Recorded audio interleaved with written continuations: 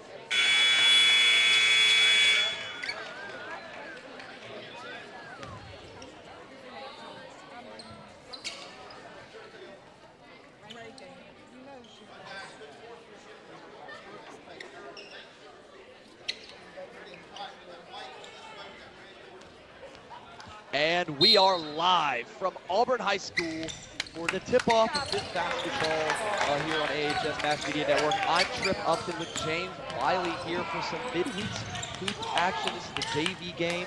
The women's and men's game will come up after that with a great field to start out this one. I'm Trip Upton. I'm here with James Wiley. James, who do you like from this Auburn team? Yeah, right off the bat there, Sawyer McDonough getting involved. That's what we like to see. I think McDonough is one of the best players on this team. Yeah, really good guard. I'm sure Coach Brand is paying attention to this game a lot as Lee Scott trying to get into the inside, pass out to the wing, and they're just kind of moving the ball around right here, trying to get an open man. They really like to shoot the three. Great there, tough bucket. A little bit of trash talk on the end of that one by Johnson for the Warriors as he ties it. But yeah, you said it, looks like we have a good game on our hands here between two in-town rivals between Auburn and Lee Scott. They're just Hughes with the ball. There's Yeah. McDonough I spoke about. Yeah, definitely a good shot right here. No good. Fighting for the rebound. It's going to be down on the floor. It's picked up by Wilder, who gets it inside. Pass up. Shot no good by Norris. And these Auburn teams, and these teams from Auburn just trading blows early, but nothing's really going in as a jump shot by the wing is good. And again, it looks like that might have been right back to number 1 Johnson. And this Lee Scott team not backing down, a 3A playing a 7A. For football, that'd be unheard of. It wouldn't even count for the record books. But here in basketball, it's totally allowed. We see another three here. It's just a little bit over, but Auburn's got the size advantage by far here with this starting lineup especially, and they got the ball here. Yeah, great play right there by Wilder. He's been great on the boards and great defensively. Him and Norris trying to crash the paint on this one. Deep shot from Notasolga, no good. Hit off, that was McDonough with a shot attempt. Looks like they're taking it back up. Again, Lee Scott leading by 2, only 7-minute quarters. Inside down low, passing out to the corner. A lot of movement, and that's what you see a lot from Lee Scott. They are unselfish with the basketball. Reminded me a lot of the Spurs from the 2000s, but there's a steal going down the court. The 2-3-2 fast break, put up, tough layup, and the foul to go. Actually no call right there, but should have been an and one for Hunter Wilder getting to the paint. Great drive by Wilder there. Went through a couple defenders. And look at him right there on the defense right there, just preventing him getting to the baseline and driving to the rim right there as Lee Scott passing out, trying to get it there to Burns, and it is going to be knocked away, and it's going to remain Warrior ball. Yeah, Lee Scott moving the ball really well so far. I like to see that. But again, the size for Auburn is going to be a problem tonight. Big corner three, no good. Rebounded by Norris. And Auburn just trading blows. It's been a slow 3 minutes. Not a lot of possessions and a lot of misses. Hughes with the ball. He's going to try and take it to the corner, and they keep trying to work it around. Tip pass going to be inside. Passing out to the corner for 3. Gets it in. Sawyer McDonough with a big shot from the wing, and that takes the lead right back for the Tigers. Great shot from McDonough. A great start to the game for him. Yeah. Looking a little bit like Simon Walker last night for Auburn University. Oh my goodness, coming off the bench, 15 points, 5 for 5 from the 3 ball. I'm sure Coach Stephen Pearl likes that he's found himself a guy that can go out and make points, as there's a shot there by Johnson. But again, 5 for 5, I don't think I could make 5 for 500 in a college game, especially with the fans all in the jungle screaming, making noise. Inside pass, trying to get it to Norris, puts it up on the glass and gets it to go. Foul and 1. That's Wilder, and Wilder's taken over this game early. Yeah, Wilder and McDonough so far just doing great work. Good combination there. Hage getting the ball to Wilder. Yeah, just great shot. Even though it looked like Walker from Lee Scott might have been vertical with those arms, leaned over just a bit, gets Wilder to the charity stripe where he is not able to put in the free throw. Lee Scott, it's still a 1-basket game for the Warriors. What do they have to do to be able to come back in this one? Yeah, they still got to be moving the ball around. Here's an open 3 here. No, just a little bit too high. Good defense by Wilder. Pull-up shot jumper is good from the free throw stripe. That would be Aiden Walker. Walker kind of been the guy going to for the Warriors, as McDonough and Hughes play a little bit of hot potato. You see a lot of more of like a box and 1 or a 3-2 zone here from Lee Scott, not sticking man-to-man, allowing a little bit of space as the ball rolling out, and it looks like it's going to be a kickball violation on Norris, and that's going to tend it the other way as Lee Scott is going to try and gut in and take the lead here with this possession. Yeah, Auburn looked like so far they're trying to get it down low to their bigs. You got Norris and Wilder down there, of course, both pretty tall guys. I mean, so, it's of course, a size looking to game. get it to them, Yeah, as the Warriors getting into the inside, passing out of the corner. Big shot by Johnson, no good. Rebound by Norris as he fights through contact with his crosstown rivals. The Lee Scott Warriors, it gets out. Corner 3 is no good. Looks like it hit off a Warrior, and that's what the Zebras are going to stay. Auburn retains possession right under their own basket. And if you're the Tigers, you need to I'd love to see them, instead of taking the outside jumpers that haven't worked, get it inside and get it to those bigs who have. Yeah, it's worked every time so far. Then it's going to work again. Caden Norris laying it in for the Tigers. Beautiful out-of-bounds play right there to Norris. I mean, just running everybody out, trying to forward fakes that the wing 3, and then on the backside, Norris cutting into the paint and getting it done. And it's a pass hits where the unit would be and bangs around. Checking into the game now for the Warriors, number 23, Colton Kirby. That's really good. That cut from Norris there on the inbounds play. I really like to see that. Gives them an easy basket. Making sure the tape is good. And as they inbound the ball here to Hughes. Hughes, a little bit quieter night thus far. Scoring the ball, I'd like to see him get involved if possible. As a corner 3 is up and off the front iron. Almost rebounded by Wilder, but rebounded by the Warriors. They push the ball up the pace here. Again, there's not a lot of pace on this team. They like to just pass the ball around. They're not getting inside. You see Auburn running that kind of 3-2 zone. They're preventing any cutters. As you see, it worked right there, although it looks like a fingertip might have touched that ball from the Auburn side, so the Warriors retain possession. The Warriors wearing red jerseys with blue numbers, white outline. Auburn, no outline, white jerseys, blue numbers. Number 32, William McCullough, checking in for the Warriors today. As they go in, take it up. Tough layup, no foul. I'm surprised they didn't give that one to Johnson as the ball ricochets around, narrowly misses a Tiger defender, and we're off to the races. Hughes up to Johnson. Whoopsies, but done it, no good. Just couldn't put enough. Should have used the glass right there. Burns pushing it up. Big shot by Johnson off the rim, no good. You see for McCullough coming in here for the Warriors, get some more height down low. Maybe try to contend with Wilder. Big 3, no good. Hayes, but that was but a big rebound off the bottom iron and a foul. That will send Wilder to the line, shooting 2. Yeah, Wilder is really getting involved, physical down low. Like to see that. Him and Norris, really great 4-5 combo. And you know, he likes to draw those fouls. Already his second trip to the free throw line, and that's been a real factor in a 3-point game. He has He missed the first one, but makes that one right there. So 1 of 2 of free throws tonight. Looks like checking into the game as well as Turner Lyles coming in for Johnson. Auburn still has yet to go to their bench here, and I'm kind of surprised. I mean, I know that you're a little shorthanded, especially with a lot of those football guys still playing. They got a big game tomorrow against Opelika, so you don't want to keep guys like Antonio Welsh and Hampton Jordan healthy.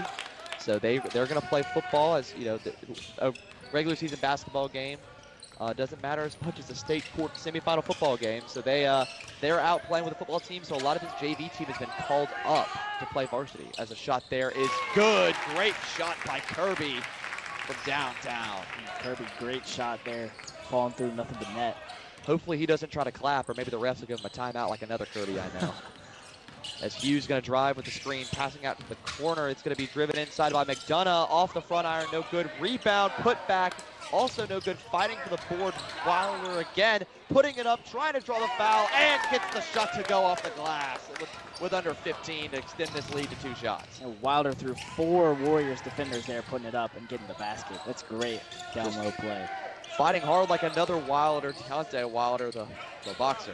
As that should do it for the end of the first quarter. Your score, Auburn 15, the crosstown rivals, the Lee Scott Academy Warriors 11. We'll be back for the second quarter of action after a quick break.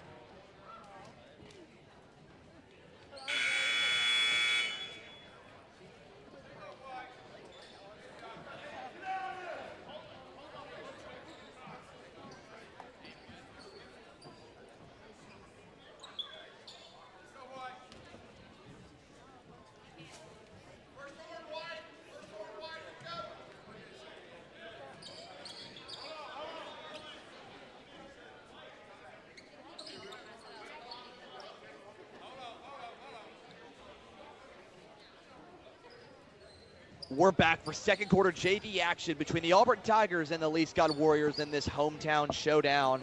And the Tigers lead this one 15-11 at the start of the second quarter. Coming out of a timeout right here. I'm Trip Upton here with James Wiley. And James, Hunter Wilder's had a great ball game. Tell me a little bit about what you've seen from him tonight. Wilder's been absolutely dominant down in the paint. He's getting every rebound. He's going up through 3 or 4 Lee Scott defenders to put it off the board and in. That's been a couple of times so far from Wilder. It's been great. And him and Norris really make a formidable duo down low. Yeah, I mean, they've really dominated in the front court. It's been a good group. Looks like on the court now for the Tigers, we have Aiden Johnson, Hudson Hayes, Hunter Wilder staying into the game as well. Caleb Brooks, and bringing the ball up the court looks like is Sawyer McDonough. Similar group as well for the Lee Scott Warriors. Page putting it inside and just loses control of it out of bounds, and that will be Warrior ball. Let's see what the Lee Scott Warriors can do here. Again, size been a problem so far. Can't get it down low, but they've been having really good ball movement. Some pretty good shooting so far. Yeah, this is an unselfish club as the Johnson jumper goes off the front iron and looks like it was tipped out of bounds. We're going to say it stays on the Lee Scott side. And let's see what the coaches over for the Warriors are going to draw for this out of bounds right here. Inbound, looks like it's back to the wing. Looking underneath. Good pressure from Hage. Yeah. Into the corner. Passing it down low. That looks to be Lane as it passes back to Walker. Walker with the jumper. No good. Rebound by McDonough. We're off to the races down. It's going to take it up the rim. And good off the glass. Looks like it might have been an and one as well. Yes, they're going to count the bucket. And one. Yeah, great end-to-end drive here by McDonough. Just going up against a player a little bit bigger than him there. I know that's number 25, Patrick Elaine for Lee Scott, but McDonough takes it up with confidence and lays it in, and he's going to free throw line here. Now off the backboard with the rebound. Great play by Aiden Johnson, and he puts it up and puts it back in, extends this lead to 8 for Auburn. the paint has been Auburn's friend today, it seems like.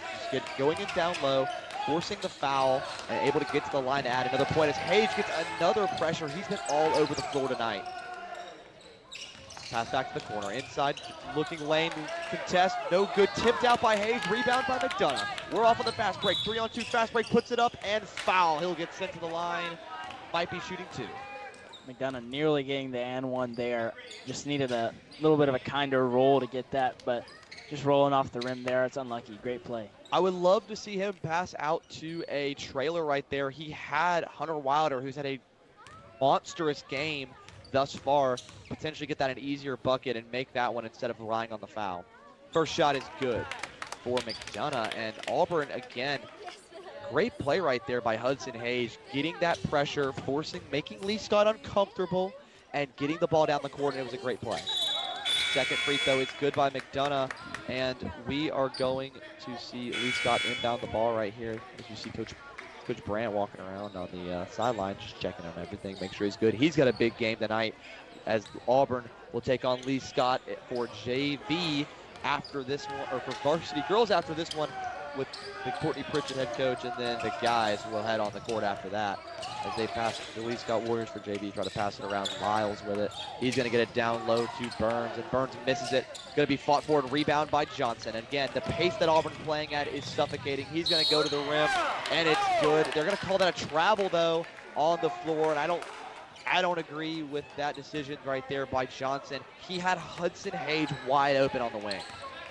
Yeah, probably should have dumped it off there. Definitely took a couple extra steps, but I don't mind the effort from Johnson. Well, no, yeah, I think that definitely he had an opportunity right there, and obviously when you have the ball on a fast break, you don't see anybody in front of you, you kind of get that tunnel vision, and that's what he had right there. Instead of being the unselfish teammate necessarily, he took it and tried to take it himself, and that's not just took an extra step. If he doesn't take that extra step, we're not having this conversation. Exactly. Pressured. Getting inside, no good. Another rebound by Johnson. He has been great on the boards since he came in for Cade Norris. McDonough now taking the ball up the court. He's going to look for the big three and off, trying to pull up, trying to look like a little bit like Steph Curry or Trae Young off the dribble pull-up jumper, but just couldn't get that one to fall. Little deep three there like Wendell Green. Maybe Wendell Green in the clutch time. I remember my freshman year, I think there was a highlight tape where it was like a 5-minute tape of him missing shots in the fourth quarter. Looks like there was a foul on the floor, might have been on the Tigers. Checking in now for the Warriors is Cruz, number 24. Inbound here, Burns will be the inbounder. I would not be surprised if this ball goes to Turner Lyles. He is open in the corner. Yes, he's got Johnson that could play that cutoff, but if you get it past enough catch and shoot three, you're going to have an open opportunity to cut this lead down to a few less. This second quarter has been really dominated by Auburn. I've loved seeing the fast breaks from McDonough. They are going to give it to Lyles at the top of the key. Hage on defense, passing to the corner to Burns. Burns just trying to work it around. Back to Walker. Walker down low, has it, just couldn't get a hold of it. It's going to be tipped and stolen. Ball still on the ground, and it's going to be rolled. And in backcourt violation, the floor was a little slick for Walker, and it looked like a slip and slide over across that A, and Auburn gets the ball at midcourt. It's good effort from Hunter Wilder. Not able to quite pick the ball up, so.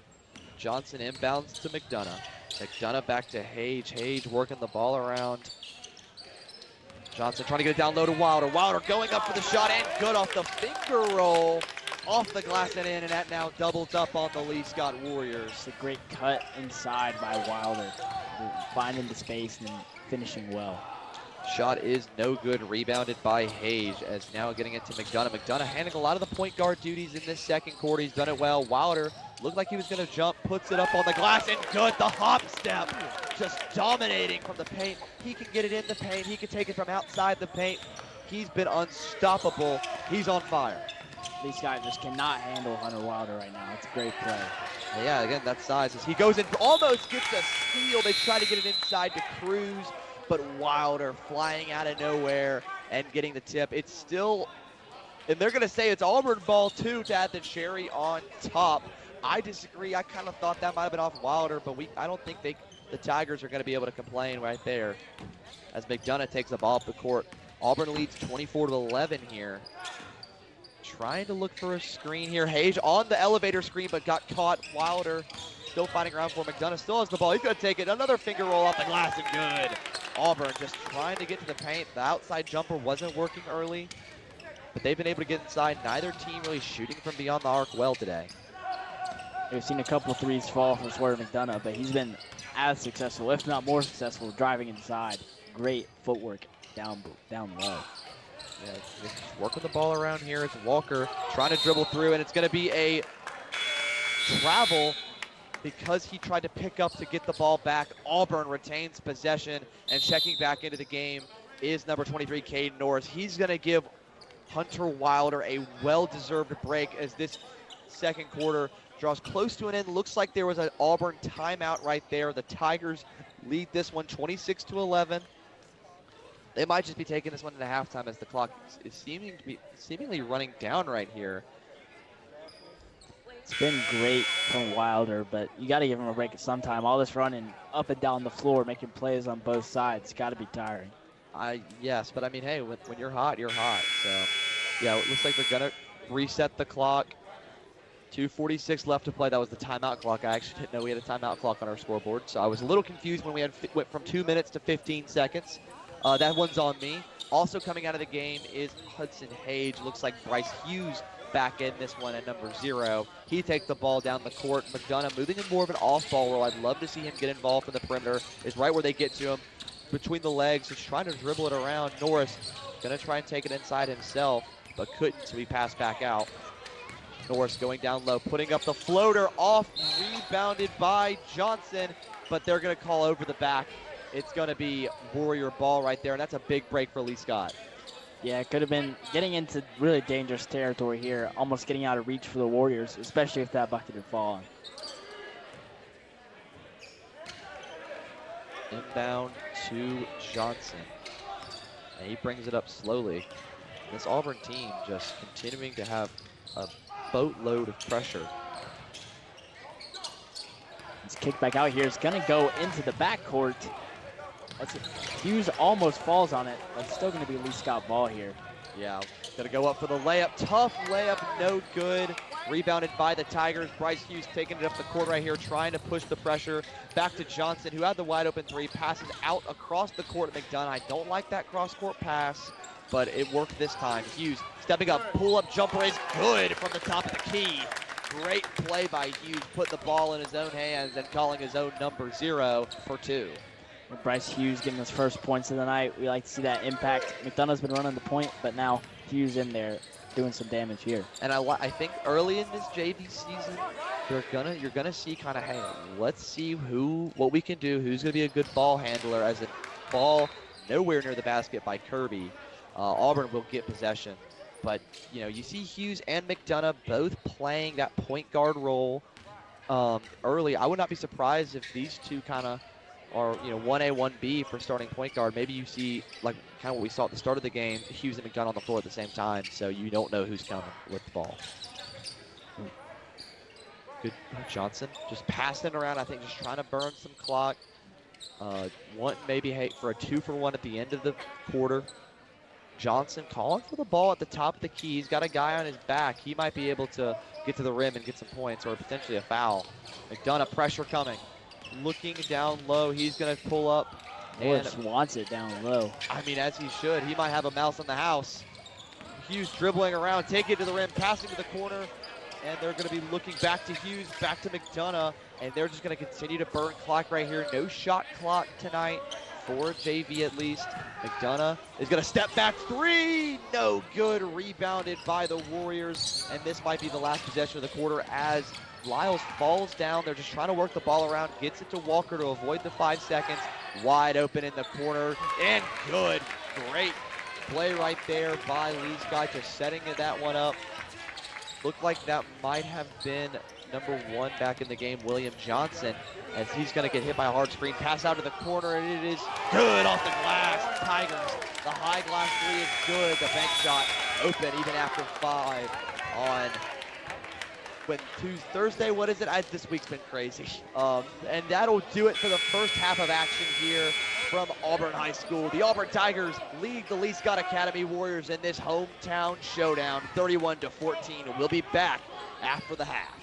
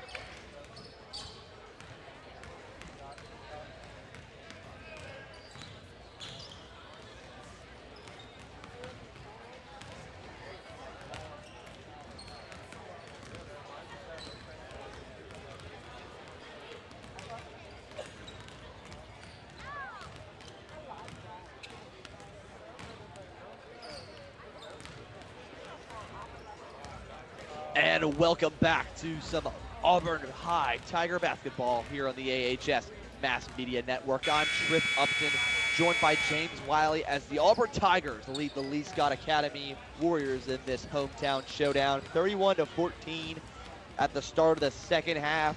And James, it's been the Hunter Wilder and Sawyer McDonough show right so far for the Tigers as they lead by over double of Lee Scott's points. Yeah, it's just been an end-to-end for Wilder on offense and defense. He seems to be everywhere. Then down low, putting up shots through crowds of the Warriors defenders, and they're just falling every time for him. And McDonough, I mean, leading this, he's been kind of the primary point guard in the middle part of that first half. He was really just pushing the pace. And you also see Bryce Hughes as well, number 0. He's been dominant as well. You're going to see a lot from him in the second half. It looks like the crew on the court for the Tigers is number 0, Bryce Hughes, number 1, Sawyer McDonough, number 4, Hunter Wilder, number 23, Caden Norris, and number 10, Hudson Hage, who's been all over defensively. He's been great on defense so far. He's been locking down everything, just getting to the ball really quickly. It's been great defense so far from Hage. So looks like there was a technical foul during the break. So Lee Scott will get to shoot a free throw at the start of the first half, or the second half.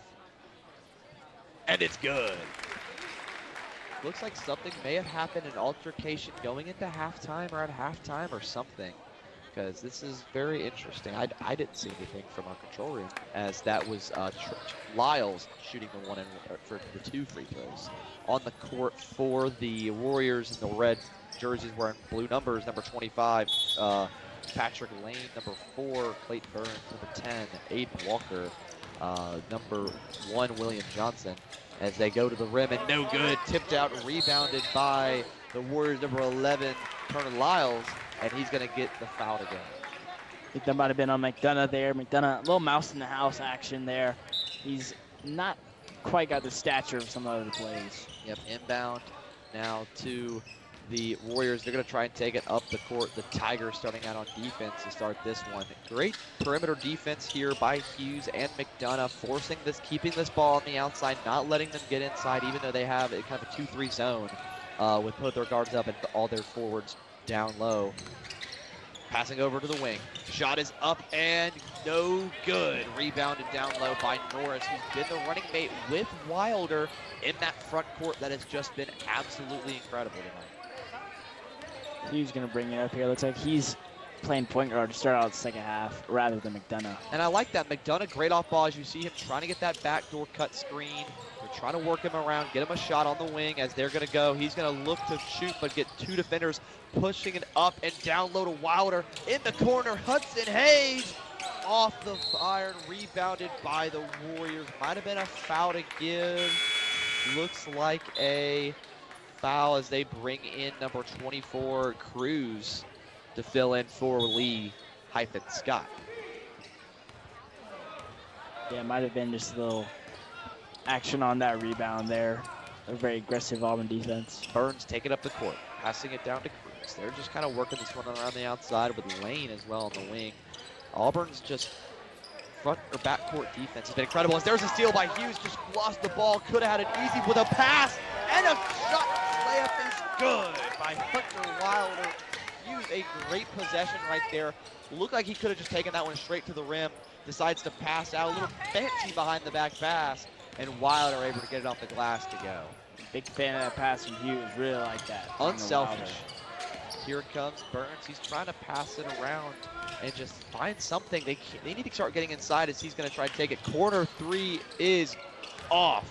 No body rebounds, and it's going to be out of bounds. Lee Scott retains possession as William McCullough checks into the game for the Warriors, trying to get some size down low and get this ball game a little bit closer. It's an 18-point lead now for the Tigers. They got Johnson wide open on the far corner if they can get it to him. Yeah, but now you have to look, because the Auburn pressure defense was stifling, and it caused a mental mistake as the Tigers regained possession. You see Hughes again in that point guard role.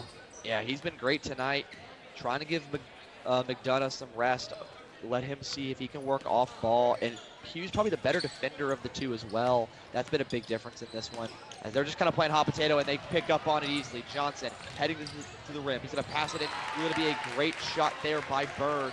And Lee Scott just continuing to cut into this lead. That's exactly what they have to do if they want to. Just play fast, play with energy, force the fast break. I know you're not the best on it necessarily tonight, but as it could have been a push off there by, they're called blocking foul on Johnson. I thought that might have been a push off by McDonough.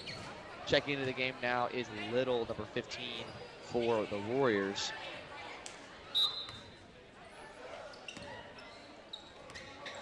And he's going to immediately go to guard Bryce Hughes, who's just kind of playing that hot potato game with McDonough, trying to take a little bit of time off the clock as he passes McDonough in the corner. It's good! Hits off the rim and sails right through the net after the bounce. Auburn extends their lead, trying to get it to 20 points right here. They're just under that at 19. And if you're the Auburn Tigers, you're just trying to pour it on right here in the second half. Great shot from McDonough. He's been lights out from three so far. I believe he's 2 for 3. Big shot right here is no good. Rebound by Cade Norris. Norris passing that up to Hughes, or Hage. Hage taking it to the rim himself, and good. He hit the hard deck, but was able to pop right back up. He's been just everywhere tonight, diving for basketballs, making plays, being open on the perimeter. Finally getting a shot to fall right there for him. Happy for Hage, as he's been kind of an unspoken guy on the spot chart, or the chart tonight. His numbers might not be in the box score, but he is going to be dominant. Looks like a foul will send William McCullough to the line. No subs yet. Looks like they're going to get 2 shots here. 3:35 left in this one. Just kind of making sure they have everybody lined up on the stripe. First basket off the back iron, off the top of the backboard at the front of the rim. Sounds like the McDonald's commercial with Larry Bird and Michael Jordan. Gets it in as Walker comes out of the game. Looks like Kirby in now for Lee Scott. Second free throw rolls out. It's going to be rebounded by Wilder, passing it up now to Hage, who tries to get it back to Wilder, but it's tipped and almost stolen by Little as Hughes passing it to Hage, who's going to just work this ball around. Might have been tipped by a Warrior, and they're going to say it's Auburn ball. Actually, no, they're going to say Lee Scott ball. I thought that maybe a Warrior fingertip might have touched that one. Almost under 3, 20-point lead from the Auburn. Just trying to make sure nobody gets hurt right here and continue the lead as there's a steal by McDonough. He's off for the races, up to Hage. Hage taking it to the rim, over Little, and gets the tough layup to go with the contest. Hudson Hage. Yeah, Hage going into his own so far in this second half. Great offensively so far. And a foul on the floor by Auburn. The shot will be no good. Looks like a push might have been coming from McDonough, as that will send the Warriors to the baseline to inbound the ball. Working this ball around. Look at the top right there. Trying to get it inside. Couldn't. Off, and it's going to be stolen by the Tigers as they are off to the races. Up to McDonough. Out to Hage. Hage putting it down low to Wilder, but it's going to be tipped and stolen by McCullough for Lee Scott. Is there a... And one. Johnson caught the foul. And the bucket to go for William Johnson for Lee Scott. They're in the bonus now in this second half. Johnson's been their main source of offense this game, but still got a lot of ground covered, being doubled up by the Tigers right now, but hopefully cut that deficit here at the free throw line. A sub for both teams. Aiden Johnson in for Auburn. Looks like it was a turn, might have been Lane in for Lee Scott, as the free throw and one is good to get this lead inside 20, and Lee Scott just trying to fight. Hudson trying to take it up. Another tough layup up the glass. Oh my goodness. The arm control right there as he goes up. Looks like he's bringing a dish out at Amsterdam. Brings it in and makes the shot to go. We've seen his defensive contribution here again. Steal from Johnson. Putting it up on the floor. Johnson taking it himself, passing to Hughes. He wanted that shot right there as he crosses over, passes. Corner 3 by Johnson is no good, but rebounded by Hage, who gets it down to Wilder, puts it up, and one.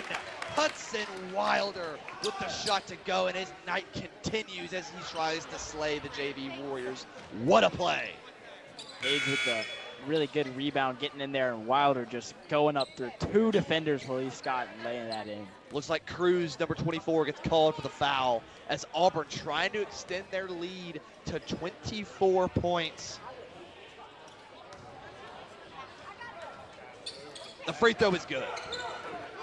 2:11 left in this one.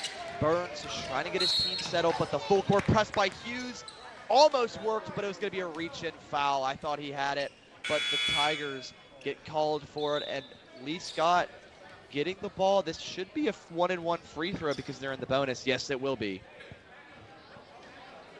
I admire the effort there from Hughes, really trying to get in there, get the steal. That would have been an easy, fast break, but just reached in a little bit. And the unselfishness from Auburn tonight has really made the difference. Yeah, a lot of teams, Hage, if he was some other player, might not have passed that, but he looked and found Wilder down low and get that great bucket. Shot is off the front iron as Auburn makes a sub.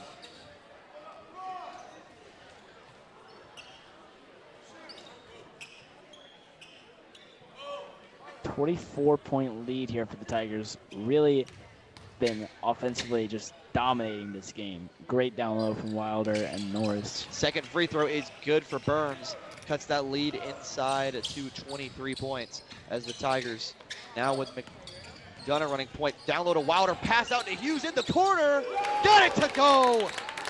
Hudson Hayes from downtown Auburn. Hage on fire tonight. Shot that one all the way from Toomer's corner. Just a great play right there as Wilder tries to get the steal.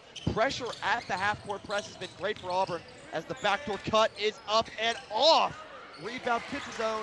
William Johnson, great play. He's been basically all of Lee Scott's points tonight as the Tigers continue to try and milk this lead. Wilder back out to McDonough from even deeper. Oh my goodness! Sawyer McDonough. McDonough greening that from well outside the three-point line, I about don't- 5 feet out. Yeah, you say that, you hit the green right there. I don't know if you'd see that on the park in 2K. Oh my goodness, Rage Extender Hall of Fame badge for the young man. Hage again. No good. Hey, when you're as hot as Auburn is right now from 3, you just take that shot. It's a heat check. Can't say I've not done that out in the park or at the rec. Usually I don't hit enough shots to get a heat check, but great play right there as the foul on the floor from Auburn. Looks like Hughes gets called for the push, and that will send the Warriors to the line. Looks like that's Burns shooting 1-and-1. Just keep these threes raining down for Auburn. McDonough, Hage, both hitting 2 or 3 tonight. It's been great basketball. First shot is good for the Warriors as Myers checks into the game for Lee Scott. And the Warriors just looking for offensive answers. Yes, you've had William Johnson, who's been just absolutely electric on the glass tonight, making plays, picking up his own rebounds. But you'd like to see some other guys step up in this second half. McDonough with the ball. A little bit of pressure back out to the Tigers. Are going to contain possession right there. And what I've seen from Auburn this second half is that they're responding to the adjustment Lee Scott made. Lee Scott, they're crashing the paint. They're not allowing guys like Wilder and Norris to get going, which has led to opportunities for guys like Sawyer McDonough and Hudson Hage to get open for 3 as McDonough wanted that one. Step back 3, no good. Rebound by Wilder, who puts it inside off the glass and good.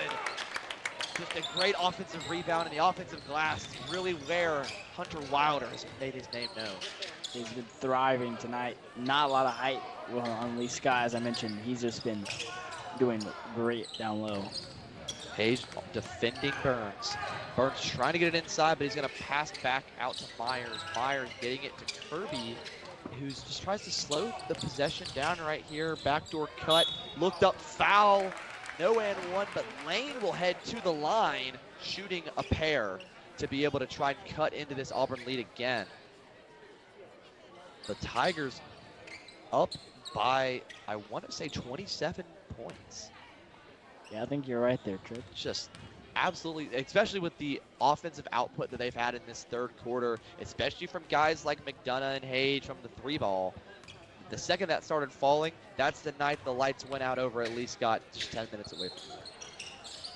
Shot is no good. Rebound by Johnson is secured after the Lee Scott defenders had pressure. 8 seconds left. Looking, trying to get a last-second shot off. McDonough gets the screen, stepping over, passing. Shot will fade away. It's good! The buzzer beater by Aiden Johnson. Big shot. Johnson right there, making it a 30-point lead to end off that third quarter with 1 quarter to go in the hometown showdown. The Auburn Tigers lead the Lee Scott Academy Warriors 56-26 in this JV matchup. We'll be back for the fourth quarter.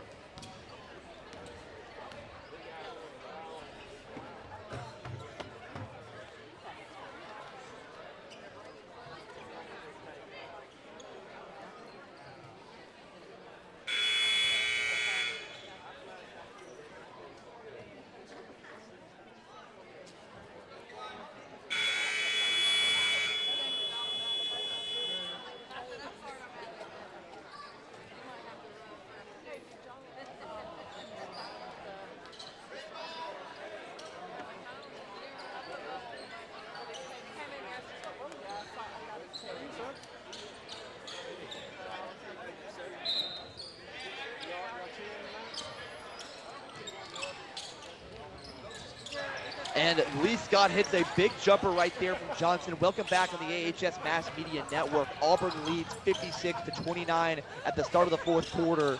And the full court press here from Lee Scott. They know they've got a lot. As Johnson takes it to the line, he hit a big buzzer beater 3 at the end of the third. And Auburn just continuing to roll right here. What does Lee Scott have to do to even attempt to cut into this lead? It's going to be really hard. They're going to need a lot of 3 balls, but that's not been falling for them so much tonight. Foul called on the floor. That looked like it was the Tigers. Didn't call for that one. That will send, looks like, Walker to the line for the Warriors, shooting 2. I like that little Euro step from Aiden Johnson there. Just weaving through a couple defenders. I like that a lot. Yeah, first free throw is good. Lee Scott, just outside of William Johnson, just have not had a lot of offensive success. I'd like to see guys like Clayton Burns, Walker, Patrick Lane, maybe put in Will Ward, and just have those guys potentially come to play here. Wilder, great turn. Yeah, he's trying to take it all the way, coast to coast, on the layup, no good, but the foul will send him to the line to shoot 2. Well, Wilder's been money from the line tonight. Wouldn't be surprised if he gets both to fall here. Get this to 60 points tonight for the Tigers. Yeah, offensively has just been fantastic.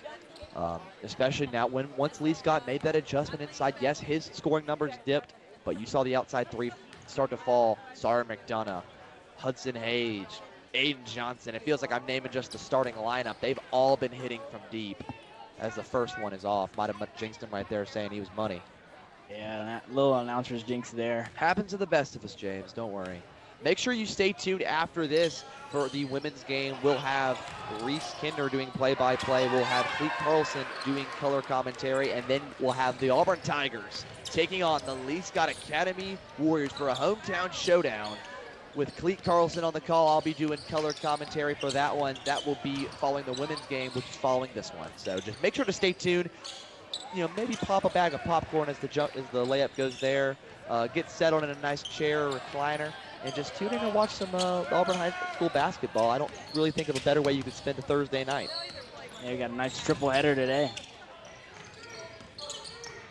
Back out, down low to Norris. Norris trying to get this one. Jumper, no good. Gets his own rebound, but can't get the putback to go. Rebounded again by Lane in the lane. And now the Warriors looking on the wing. And Norris just can't quite get those to fall. Good looks. Hughes almost gets the steal tipped away. Warriors will retain possession as they decide to clear the bench a little bit right here. Chapman Jackson heading in.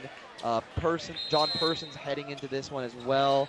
We'll see Will Ward heading in this one. We'll see number 15 Little heading in as well. And looks like last but not least, William McCullough. So the bench unit coming in for Lee Scott is they just say, hey, we don't want any of our starters getting, or our JV guys getting hurt. You know, wanting to build and grow this season. That's what kind of this game is all about for both teams. Yeah, first time seeing a couple guys, Ward and Jackson. Looking forward to see what they can bring. Hage trying to get the steal and does. Auburn still keeping their feet on the gas. Hage, Euro step, throws off the glass and good. Gets the baby to go to sleep with that one. Yeah, Hage end-to-end play there. He's really been fantastic this second half. Yeah. Looking like Keyshawn Hall out here, offense and defense. Absolutely. Looks like Jackson spin move might have been fouled. They're going to say it was out of bounds, and it is going to stay Warrior ball. I thought he might have been able to draw the foul right there with a little spin move, put it up. Yeah, Johnson might have just gotten a finger on it, tipped it out of bounds. Back up, corner three, potentially by Little, but Johnson cuts him off on the baseline. Auburn just keeping their guys out there wanting to roll. You know that's because a lot of guys for the Tigers are playing up because of, you have guys like Hampton Jordan, you have guys like Antonio Welsh that are both on the varsity football team. They play tomorrow against Opelika for the state Final Four game here at the Duck tomorrow. That'll be here on the AHS Mass Media Network on NFHS. Obviously, it'll be on YouTube later as the shot by Jackson is no good. And so you just keep those guys healthy. That's why you're seeing a little bit more run from some of these JV guys. I don't think it's because this team wants to just blow Lee Scott out the gym. I think they just making sure that they get the right guys conditioned. Yeah, even JV team, you got Stephen Payne and RJ Davidson on the varsity football team. So missing a couple of key guys tonight too. Still, Hage off the front iron, no good. Gets his own rebound, trying to fight forward and gonna go back, picked up by Persons. And, you know, James, what's your read on tomorrow's game? I mean, that is kind of the talk of the town right now. Not to be one of those announcers that takes attention off of this game, but what is your read on the game with the steal by Hughes and Hage taking it up, almost gets the dunk, but gets the tough layup for to fall. Hage extending this lead. Yeah, I think Auburn, of course, beating Opelika earlier this season. I think the Bulldogs are going to bring some more fight. But here's Hage with it, still going. Is he going to take it himself? He is. It's just going out. Keeping fighting for it. Back out to Hage. I'd love to see Hage pull that one up, but he's not.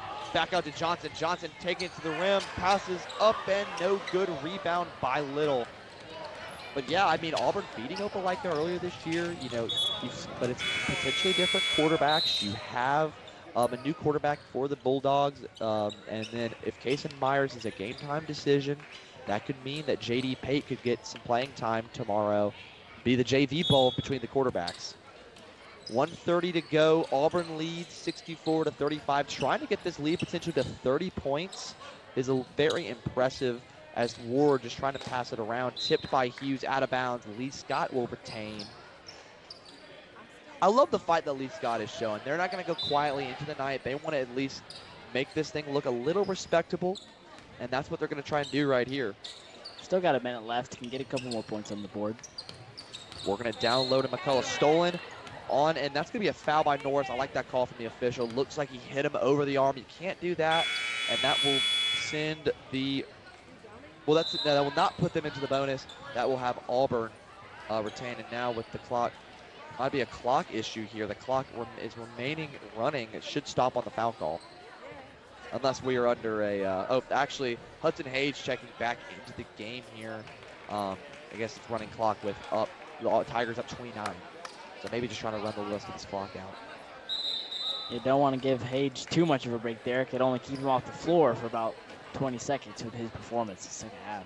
Yeah, just looks like they're going to try to inbound it here, maybe get one last shot, under 20 to go. I think that substitution was on purpose to maybe say, hey, we're done with this game. Let's just kind of burn this last little clock management out as Hage playing defense. Down low, shot is up and good, and that should be the last shot of the game.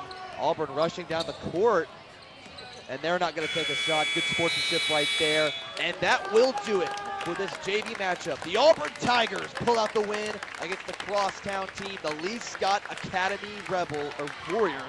The Tigers will win 64-37. And that will do it from us here at the AHS Mass Media. For me and James Wiley, Next up will be girls varsity basketball between the Auburn Tigers and the Lee Scott Academy Warriors. I'm Trip Upton, he's James Wiley.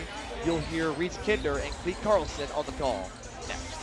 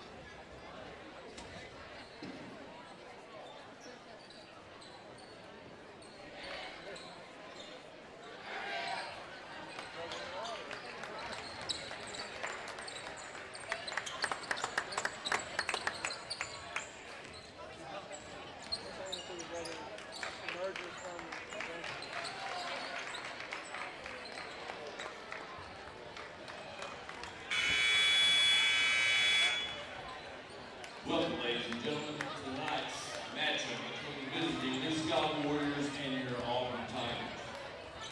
First, however, earlier this week, tragedy struck the Auburn and New Scott communities. At this time, we ask everyone to please join us in a moment of silence in memory of Miss Jennifer Cooper. We pause to honor her life, her impact, and the many people she touched with her kindness and presence.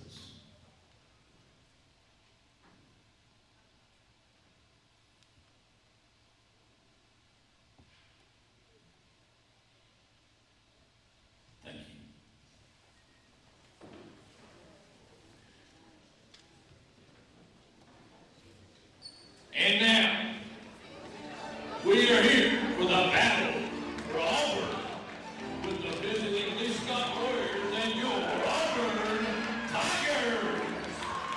Let's meet the starting lineups for you tonight's girls basketball game. First, for the Lee Scott Warriors, coached by Coach Corey Harrison. Starting at guard number 1, look.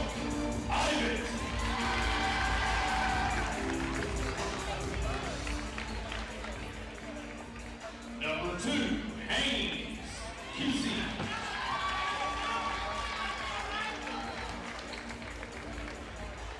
Number 5, Sydney Dunlap.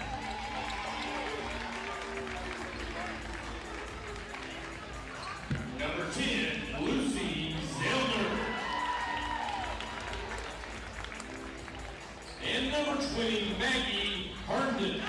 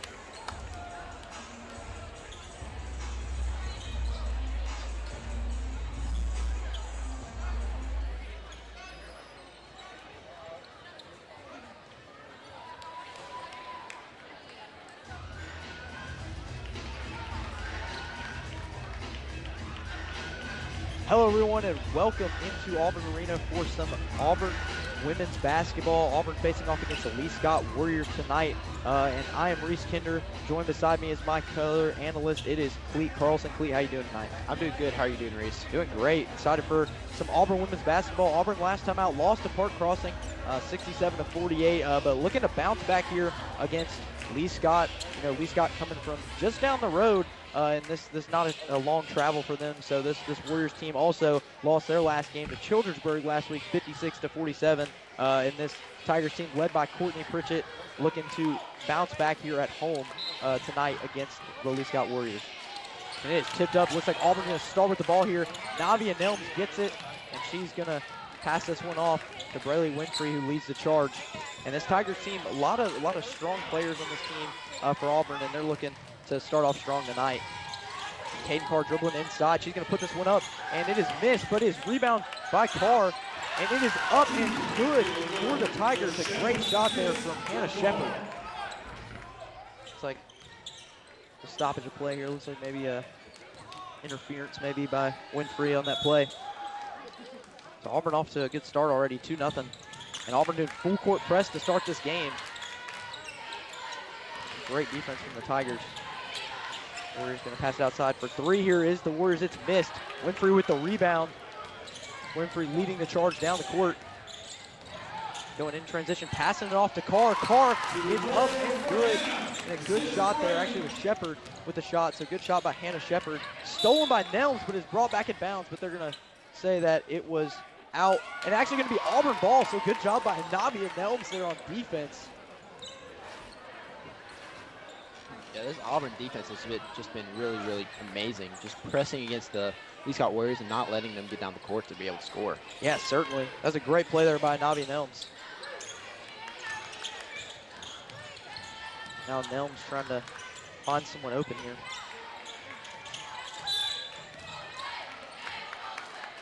Looks like a foul on the Tigers, so it's going to be Lee Scott ball now. I don't know exactly what happened. Maybe a push off there underneath, but yeah, it looks like maybe might have been a shot clock violation.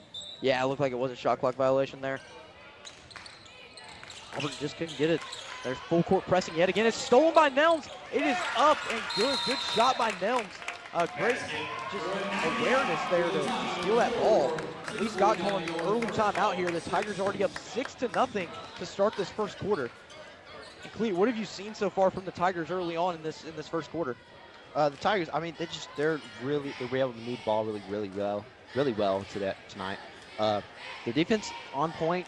We've seen them press full court press from the very beginning, and it's just worked amazingly against this Lee Scott Warriors offense. But Lee Scott, I mean, they just need to be able to move past and just pass the ball more around to be able to get down the court. Yeah, certainly. I mean, I feel like Lee Scott has kind of been flustered there with the way Auburn's been doing the full court press, and Coach Pritchett certainly working that towards his team's advantage here as they're full court pressing. And obviously Park Crossing lost that last game 67-48. They're a really good team, finished runner-up in state last year, so a tough loss, but like I said, looking to bounce back tonight. And hits the deck hard there for the Warriors. And it looks like that's going to be a tripping foul maybe. Yeah, it's going to be a tripping foul on that play. That looks like Sydney Dunlap that tripped on that play for Lee Scott. And Lee Scott trying to get the first points of the night. Trying to get the pass inbounds here. Finds someone finally. Auburn playing some tough defense here. Spins around defender and puts it up, but it's no good. But rebounds her own miss. And just all bodies on the floor here. And it looks like it's going to be a jump ball. And it's going to be Lee Scott ball. Lee Scott maintains possession there after a scare. Good shot put up there by Claire Evott, but you saw that she just wasn't able to put that one up and make it. It's another inbound pass here for the Warriors. Good pass inside, but it's missed. That one nowhere close. And now the Tigers in transition, passing it down the court, and it's good. Good shot by Braylee Winfrey with the 2-point bucket on the layup. Winfrey almost gets a steal on that one right there. And that one's going to be a steal there by Carr. Winfrey up again, and another, that's a miss, but then she puts it back up on her own miss, and it is good. The Tigers up 10-0 early in this first half. and Winfrey gonna steal it yet again. And she's gonna take this one up, and it's a layup. And Winfrey doing it all early on in this game. Braylee Winfrey causing this Lee Scott team to just, be in trouble here early on in this game. Yeah, Braylee Winfrey's putting on a show for us right now. She already has about 4 points, 6 points. Yeah. Just carrying the team on her back right now. Yeah, good job already from Winfrey. Getting in transition, playing good defense too, and also shout out to Anavi and Nelms just being able to play some good defense and tip that ball earlier. Lee Scott's still trying to get the first points here. Dunlap passing it back outside at the top of the key, trying to reset. Great defense yet again here. Gonna put it up, missed shot, and it is rebounded there by Alexandria Anderson, and looks like it's gonna be a jump ball. That's gonna be Tigers ball. So the Tigers already just making a statement here early on against a Lee Scott team that's actually pretty decent. Yeah, this Lee Scott team has shown some grit, but they have yet to put some points on the board, which is not very good for them. Because this Auburn's defense has been really, really good so far. Yeah, that shot is missed there, and Alexandra Anderson tried to get the rebound, but just could not. Looks like that might be a foul on Auburn. Or we'll see, actually, maybe it's a foul. It's going to be a foul on Lee Scott here. It will be a foul on Auburn. Lee Scott gets the ball, but... And now Morgan Allen. Almost got that one there. Now Sophia Arrington in the game for the Tigers. This Tigers team also has a lot of height, so Lee Scott, if they want to score, they're going to have to use three-pointers to their advantage, because I don't see a lot of height out there right now, Cleet. Yeah, I definitely do not see a lot of height. They can definitely use those 3 points to their advantage. They just have to get open and pass the ball around to make this Auburn defense confused. Yeah, and that shot is good for Lee Scott. They finally get on the board, and that is Clark Evott with the shot, just being able to get that one up and get Lee Scott on the board. That's really good start for Lee Scott. See if they can make a run out of it. And now Allen has the ball here. Morgan Allen, a little bit of trouble with the ball, but good cut to the basket, but it's going to be out of bounds. There's a really good pass there from the Tigers, but just not able to find the open person out there. Yeah, it was a really missed opportunity for the Tigers. They could have put 2 more points on the board, make this a 12-point lead. That would have been great for them, going almost 4:30 left to go in the first quarter. Yeah, and now Auburn laying off the full court press here, trying to let Lee Scott have a chance. So Evott passing it around up there at the top of the key. Has a person wide open on the corner, and it is good. Good shot there by Sydney Dunlap with the three. That's what we're talking about, Reese. We need to see more threes from Lee Scott for them to be able to catch up to this Auburn defense. Yeah, certainly, Cleve. A great shot from Sydney Dunlap. Getting Lee Scott a little bit of momentum here. Now the Tigers trying to even it out, and here's a three ball from the Tigers, but it is missed way off there. Not the best of shots. And now Lee Scott gets the rebound. Has a lot of trouble there. A little trap in the corner, and it looks like it will be Auburn ball, and they're going to get it back, but a trip, and that's going to be a foul. It looks like that was a trip foul. Lee Scott with the Auburn ball. Yeah, so Auburn going to pass this one in now, and you see the subs coming in. Alexandria Anderson, and then Anavia Nelms coming in as well as Caden Carr, and then you see Braylee Winfrey coming in, who's already tallied 6 points for this Tigers team, and Nelms inbounding here. Gets it to Winfrey. Winfrey's going to put it up, and it is good. Another paid shot from Braylee Winfrey for the night. She's already tallied 8 points in this game. Nelms playing some solid defense there. The Warriors trying to get it, and it is going to be corralled by the Tigers going down the court, and it is up and good by Sophia Arrington, and the Tigers are in business. It is 16-5 with 3 minutes to play here. Tigers playing some great defense. Certainly, Reese. This Auburn defense has really shown us that they are a force to be reckoned with, and that they will not go down easy. They will not let this opponent score easy. Yeah, a little bit of a contact foul there from Winfrey. You saw she had a little bit too much on that almost steal attempt, but the Lee Scott player fell down, so Lee Scott is in the bonus. But we'll see. I wonder if they're going to get to shoot. It looks like they will get to shoot free throws here, so the Warriors going to have some free throw attempts.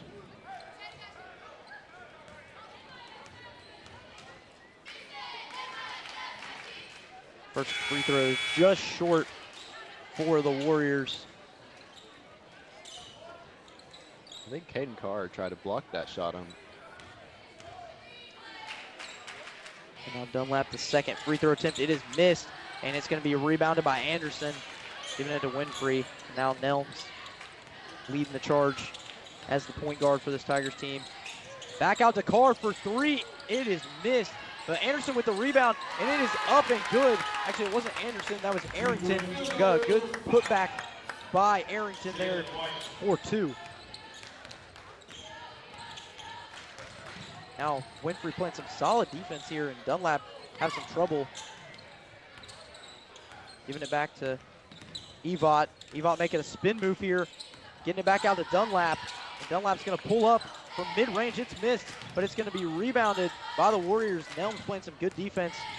And now Evott trying to make a shot, but it's missed. And that's going to be rebounded again by the Warriors. Another chance for the Warriors, and Dunlap struggling here. She's going to pass it back out. Lee Scott just going to try to calm things down here. Driving inside, and it is good. A great shot there by Evott. Able to put that one up and get Lee Scott in business here with 2 points. Last time they scored was a while ago. Yeah, last time they scored was around 3 minutes left in the first quarter. It's been a long time since they scored. This Lee Scott team needs to be more consistent with their drives to be able to catch up to Auburn. Yeah, certainly, Cleet. Now Navia giving it to Winfrey. Now tough bucket here for Anderson. It is good, and that's a great shot from Alexandria Anderson. Puts that one up, so the Tigers already at 20 points here in this first quarter. Now Evott having some trouble trying to get it to somebody, and she's just going to throw this one out of bounds, so it's going to be the Tigers' ball. Great defense there from Nelms and Winfrey, and Tigers subbing some people in. That was absolutely perfect defense by the Auburn Tigers. They could not have played that better. Double teaming the Clark Evott, and they could not have done that better. Yeah, and now the Tigers trying to keep this momentum alive.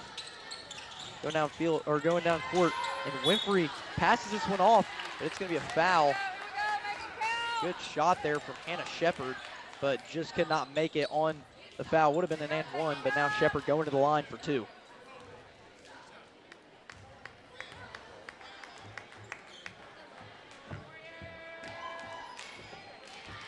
Shepard's first attempt is missed, so one more attempt here for Hannah Shepard, trying to even it out and go 1 for 2 on this free throw attempt. And Shepard's second free throw is through. It's a swoosh. So Shepard gets the Tigers a 21-7 lead. If this was football, this would be a pretty big lead here. Would be. Yeah. That's going to be a travel from the Warriors. Can't have those against this Auburn team. Just hold you back. Yeah, Aggie Henderson there with the travel. Now Shepard leading the charge. She's going to drive this one in, and it is good. No foul call. Looked like there could have been one call, but Hannah Shepard using her shoulder and just pushing her way into the paint and able to get a tough bucket. That was really, really good. Really well executed by Hannah Shepard. Could not, or just drove in the ball, with not even caring how many defenders there were. And the three ball from the Warriors is missed. It's going to be rebounded by Shepard. She's doing everything. Now off to Winfrey. Winfrey in transition. It is good. Brayley Winfrey with a great basket, and Hannah Shepard with the assist.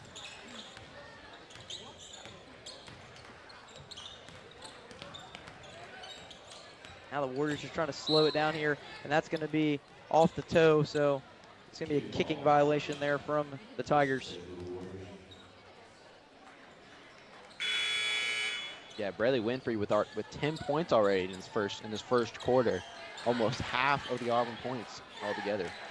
Yeah, Winfrey already having a pretty good game so far tonight. Now the Warriors trying to get a last-second shot before the buzzer goes off. Have to shoot it here, and the clock is going to expire. And that is going to do it for first quarter action between Auburn and Lee Scott. Auburn leads 25-7. Don't go away, folks. When we come back, we'll have some second quarter action.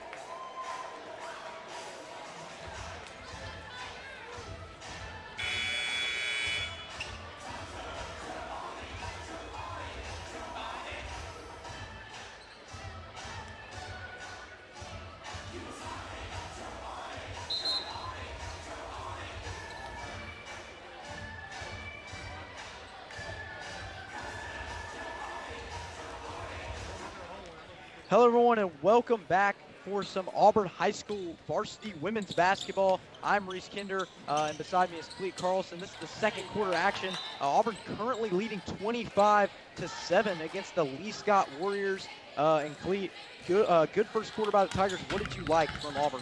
I really like their defense, holding Lee Scott to 7 points in total in the first quarter, which is really impressive.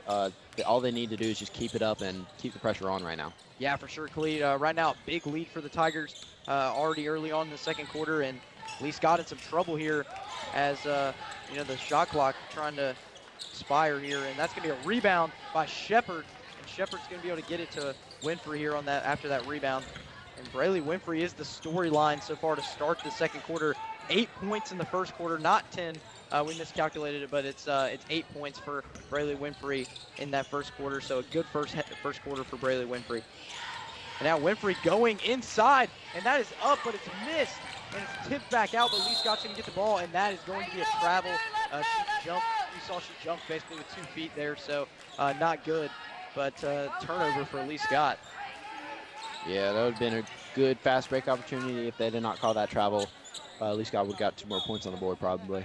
Yeah, and Lee Scott needs that right now with the way they played that first quarter. That's a good steal, or that's a good job there by Lee Scott to get the steal. High pass on that when they got over the court there. And that's going to be a 3-ball here for Eva, and that is good. So Clark Eva with the score and gets Lee Scott in double digits to start this second quarter. Yeah, that's what we're talking about. Lee Scott needs to shoot more threes to be able to catch up to this Auburn team. They're down 15 points right now, and it's just they got to keep working at it. Yeah, for sure, Cleet. And Hannah Shepard on the third opportunity there. You saw Winfrey miss those first 2, but Shepard was able to get the rebound and put that one up. So good job by Hannah Shepard. Now Winfrey playing some tough defense here. The Warriors, like we said, Cleet, trying to get on the board some more, trying to even this game, trying to get it back to a single-digit lead or even maybe get themselves the lead if they can get back in it. Yeah, still a lot of game to play. So it's definitely possible they can catch up. And I see Dunlap up there at the top of the key, giving it back to Ebot, who's had a pretty good game so far. 5 points, the leading scorer for the Warriors. And Ebot going to throw this one up, and it's missed, but it's going to be rebounded and blocked by Hannah Shepard. A rejection, a great block from Hannah Shepard on that putback chance from the Warriors. And Maggie Henderson did not have a chance.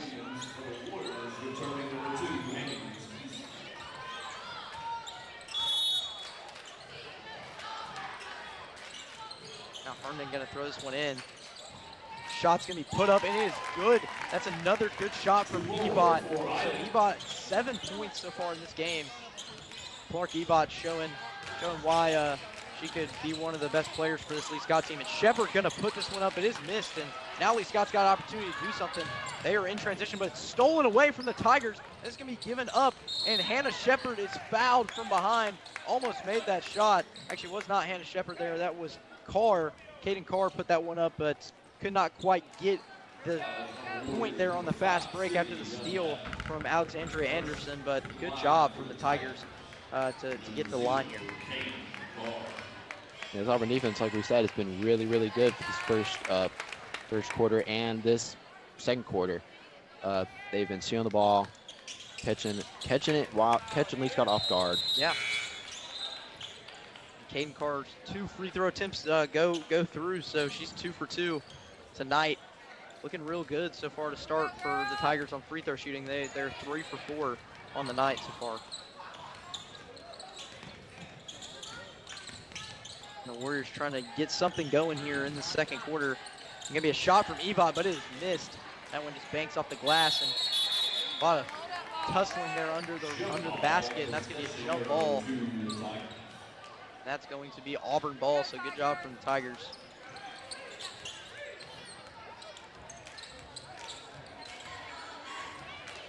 Now Nelms dribbling this up court.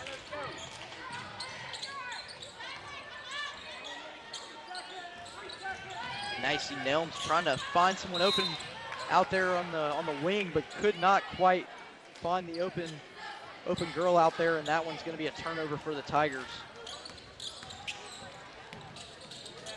Now Lee Scott in a little of a trap situation. Ebot throwing this one up, and it is missed, but it's going to be a foul.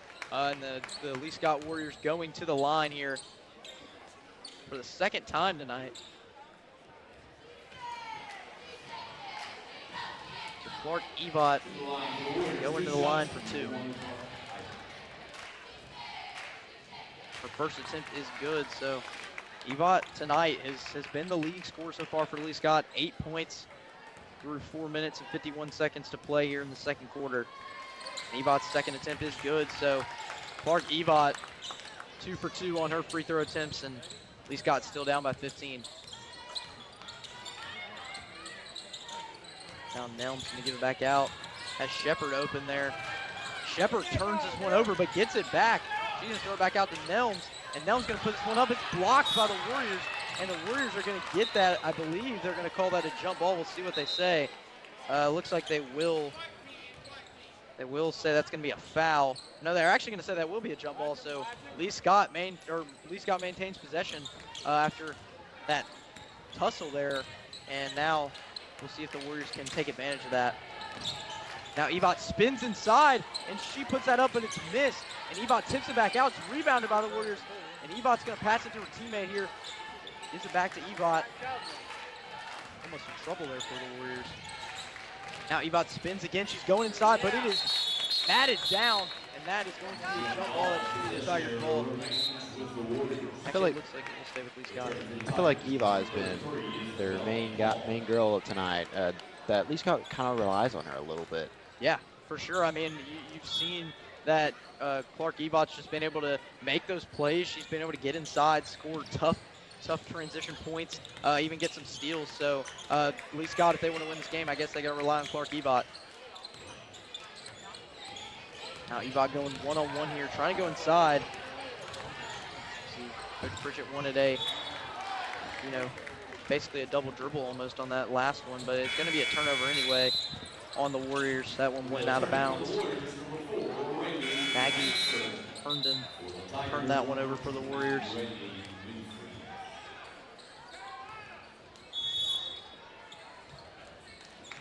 Yeah, and Ebot has 7 points in the second quarter, so a pretty good second quarter for Clark Ebot. I do say it has been a good second quarter for her. Now Nelm's going to give this to Winfrey, and Winfrey's wide open for the easy basket. There we go again, Braylee Winfrey, just another great back. You saw that cut there inside. She was able to get that point, and she has 10 points now in this game. Yeah, Braylee Winfrey just putting the team on her back and showing them that she's important. And that basket was made there. Another great shot. And that was Ebot. She's now up to 11 points in this game. So Ebot on Lee Scott's side of things, and then Winfrey on Auburn's side of things, both doing some good things. See Winfrey trying to get it back inside the paint here. Now Winfrey gonna try to get open. She's gonna put that one up, and it's good. And one for Braylee Winfrey. Braylee Winfrey, oh my goodness. Proven she might be the player of the game for today. Yeah, for sure, Khalid. I mean, that was a great shot. A tough awareness there from Winfrey, and gets the foul and the basket. So going for the free throw attempt here. That's no good, but it's going to be rebounded here. It's going to be put back up by Arrington, but it is missed. And it will be, looks like an over-the-back foul there on Alexandria Anderson.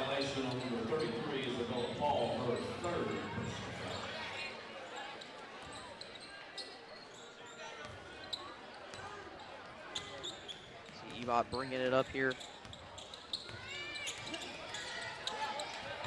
That was almost stolen away from Winfrey. Good defense there from Winfrey, almost able to get that steal. Yeah, Lee Scott down 17 points right now.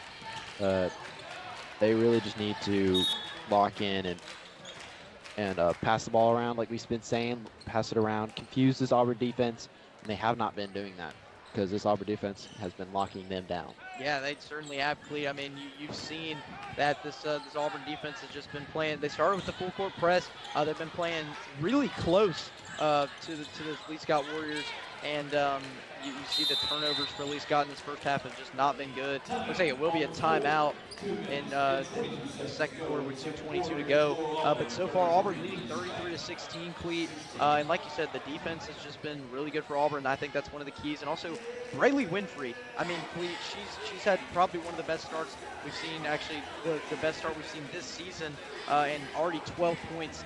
And what can you say about just the Tigers' offense, too? You know, Braylee Winfrey, how she's led this offense to score 33.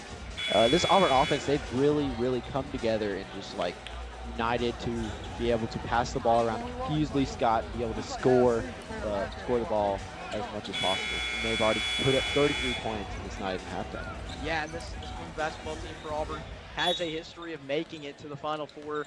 And, you know, certainly I know Coach Pritchett wants to make it there again in March, and this team already looks like a really good team. Now Winfrey has a tough bucket here, but it's missed. That's going to be a rebound there, and it's going to be put up, but it's missed. It's going to be put up again, and the shot is good. And that is Sophia Arrington with the putback, and that was a good shot from Arrington on that third chance. It's being Arrington up to 6 points right now. Yeah. She's definitely putting on a show, showing the team she can get in there and rebound the ball and put it back up for the team. Out there on the Tigers, so Herndon going to the line, and her first shot attempt is missed, but it's another chance here. See Auburn subbing in almost everybody. So Morgan Allen coming in, Riley Finger coming in there underneath, and Pearl Simmons comes to the game, along with Kaylee Levitt. Number 12 is Pearl Simmons.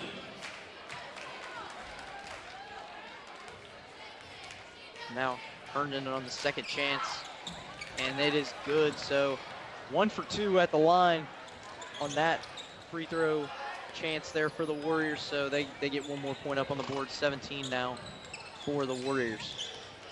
Yeah, this Tiger team, I think they're just trying to put new players in different situations to see how they play and just see how they respond to the pressure of this Lee Scott team. Yeah, for sure. So Kaylee Levitt there. Her shot attempt came up short, but looks like the confusion here. Maybe I don't know what's going on here. The officials. Looks like it might be on Auburn. Or no, it's going to be on Lee Scott here. I don't know exactly what this is, but, or no, it actually looks like it will be on Auburn, so it will be a foul on the Tigers. So it looks like Ebot's going to the line for Lee Scott, and she's already made 2 free throws in this game, so she gets another opportunity. And that's another made free throw, so Ebot's first attempt is good. She's 3 for 3 right now tonight.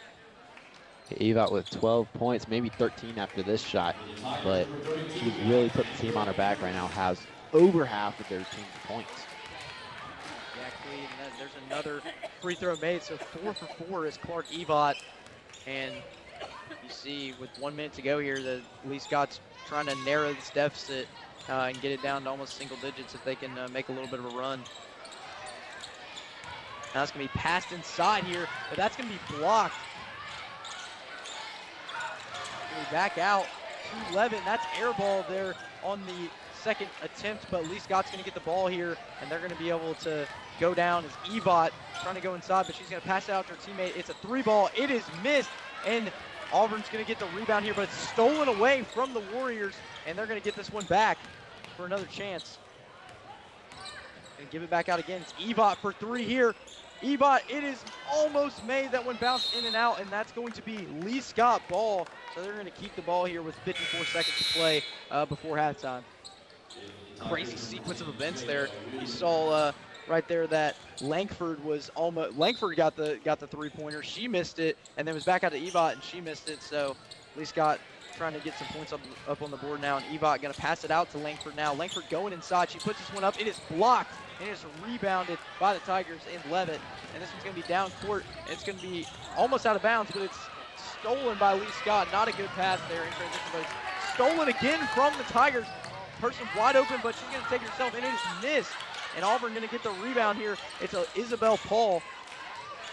Back out for 3. This one is going to be missed. And now Lee Scott gets the rebound. Just a bunch of toughness here from both teams. A lot of physical just pushing around and shoving underneath. Yeah, this past couple seconds, past 30 seconds, has been very physical ball play from both teams. We see fouls all over the place, pushing, shoving, trying to get the ball, trying to get to the rim. Now you see Lee Scott going to the line here. That's going to be Haynes Kesey going to the line too. Kesey's first attempt is good, so Lee Scott narrowed this down to 15 here with 21 seconds to play. And now going to be the second free throw attempt. Kesey misses that one. It's going to be rebounded by Simmons. It's going to be out to Levitt. Levitt going to give this one away.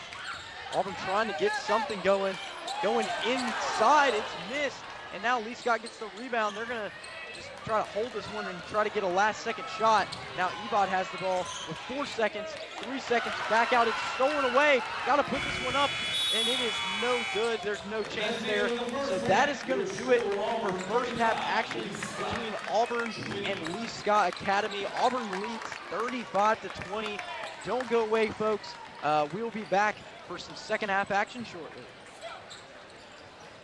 Please welcome the Auburn High cheerleaders.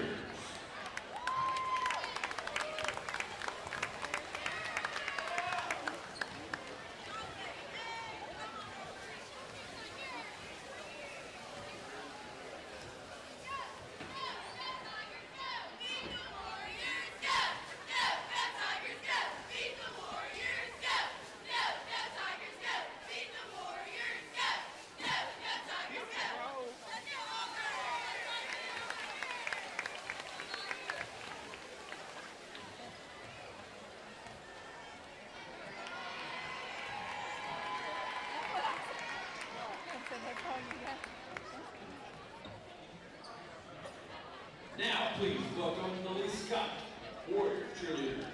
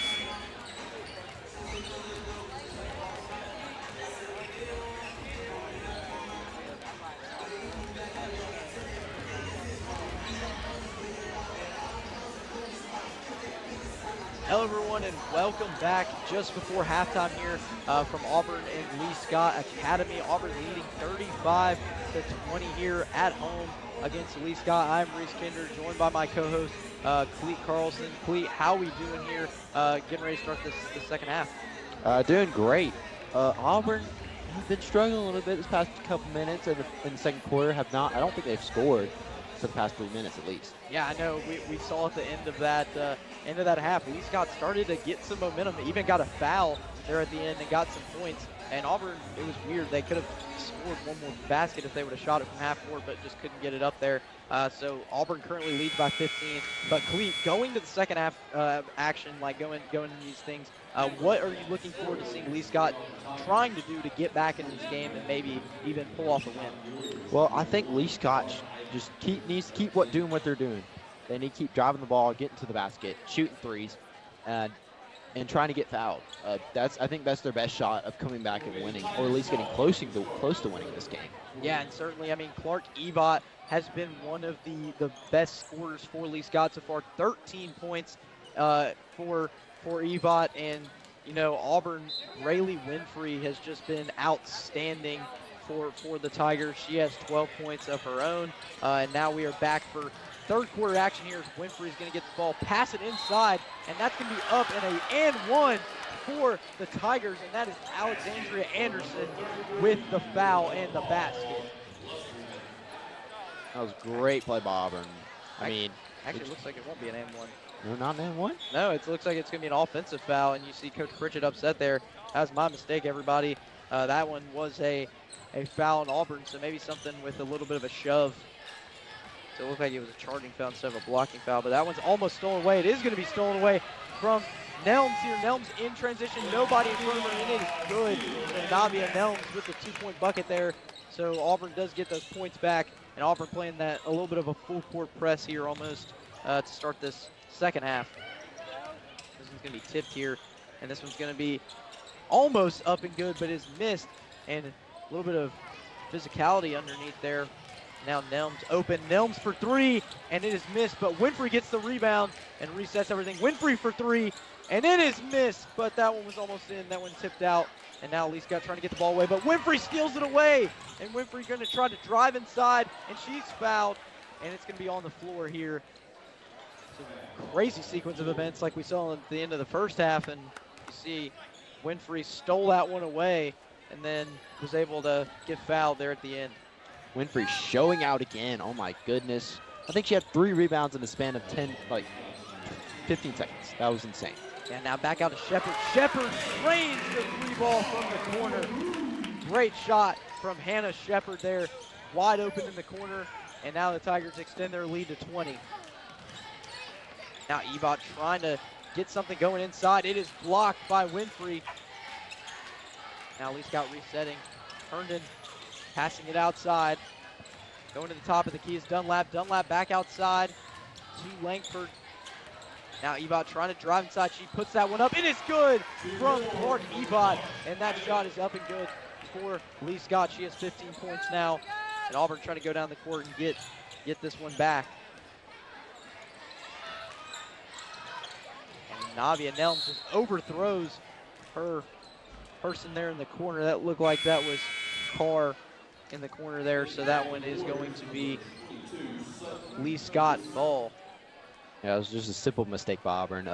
Pass went a little bit over her head. Make better passes, and then they'll be all good.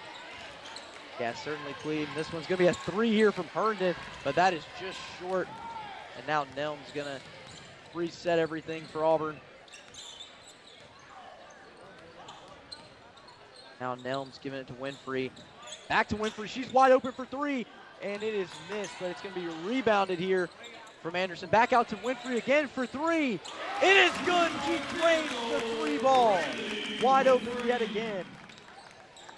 And Lee Scott has just left too many girls wide open outside on the wings and at the top of the key, and Auburn taking advantage of that. Yeah, Braylee Winfrey with 15 points already. Just amazing show. Yeah, that one was passed inside. Now Carr in transition, spin move, and it is up, and it's going to be missed, but it's going to be rebounded, and it is missed again. Hannah Shepard gets that rebound, and now Carr going to reset, going to pass it to Anderson inside, and it is missed again. And now Auburn gets another opportunity. Carr for 3, and it's missed, but they get another opportunity, and bodies are going to the floor, no foul called or anything, and it looks like, we'll see what they say. Looks like it's going to be a timeout from Coach Pritchett, but wow, what a wild sequence of events. Auburn got like 4 opportunities at the end of that sequence to try to score, but then Anderson goes down at the end, and it looks like it will just be a timeout from Auburn. But Cleet, so far, what have you liked from Auburn coming out in the second half? I really like their rebounds, going to being under the goal, ready for the missed shot, and getting that ball. I think that's what's going to be important in this game. For them to be able to pull away, I think they have to be able to get offensive rebounds, defensive rebounds, to be able to not allow Lee Scott to score. Yeah, certainly, Cleet. I mean, you see now that the Tigers are trying to, get this game out of hand, trying to win this one here at home against Lee Scott Academy, who a lot of the students around here consider, a little bit of a rivalry, even though they've never played each other in school history. But a lot of beef between these two schools, and Auburn trying to, get the last laugh here tonight in women's basketball. But later on, you and Trip Upton will be on the call for the men's basketball game, which should be a great one with people like Antoine Daniels and Hayden Harper facing off against each other in a great matchup at 7 o'clock here, just shortly after the women's game. You see the student section already packing out for this highly anticipated matchup here at Auburn. Auburn inbounds here, going to pass it out to the corner. It's deep 3, but it's missed, and that was going to be a foul there. It should have been a foul, but put back up on the second chance point was Arrington there with the second chance basket.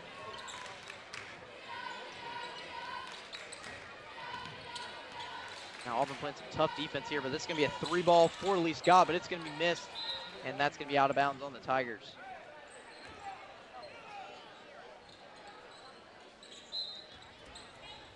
Now Lee Scott going to get the ball. Try to inbound it here. Passing it up to the top of the key. It's Evot. She's going to put this one up, and it is missed. And now the Tigers get the rebound. Winfrey trying to go in transition. She's going to make a move, stutter step, and she goes inside, but it's missed. And we'll see whose ball it is. It's going to be Lee Scott ball. And Braylee Winfrey trying to get some more points. That would have been 17 tonight for Winfrey, but just not able to get that one up there.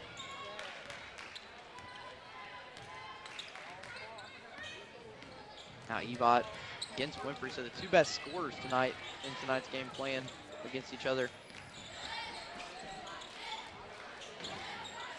Lee Scott down by 23 right now and trying to get back in this one. Looks like it's going to be a push off on Lee Scott, so it will be Auburn ball. And how about Caden Carr, having a good third quarter so far, that 3-ball earlier. And then, so far Winfrey's had a good quarter, and we've seen Anderson's had a pretty good game too as well. This Tiger team just spreading the wealth around to everybody. Certainly, I think that's important for this game, for everybody to, I don't think they should put it all on one person's shoulders, be able to spread it out evenly so everybody can have their fair share. Yeah, for sure. Now driving inside, this one is going to be missed. And Lee Scott's going to get the rebound here. They're going to throw it down court, and it's going to be batted away from the Tigers. That was Pearl Simmons with the deflection on that almost chest pass from the Warriors.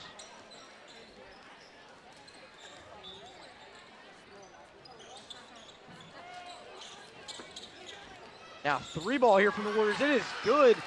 Drained from Lee Scott. And then it's Herndon with the 3. That's her first made basket tonight. She did go to the line earlier and went 1 for 2.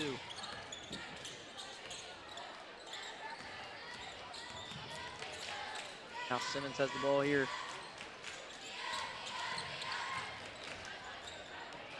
That ball's almost stolen away. Gonna put this one up, and it is missed. Lee Scott gets that rebound. Lee Scott having trouble here, but they're gonna be able to get it back as Evot throwing it down court. Basically no one down there, and that's gonna be a hard foul from Levitt on the Tigers, and Lee Scott gonna get this one inbounded from half court. A little bit of rough contact right there, which I don't think is needed. You just need to be able to play up defense and not let them score. Yeah, for sure.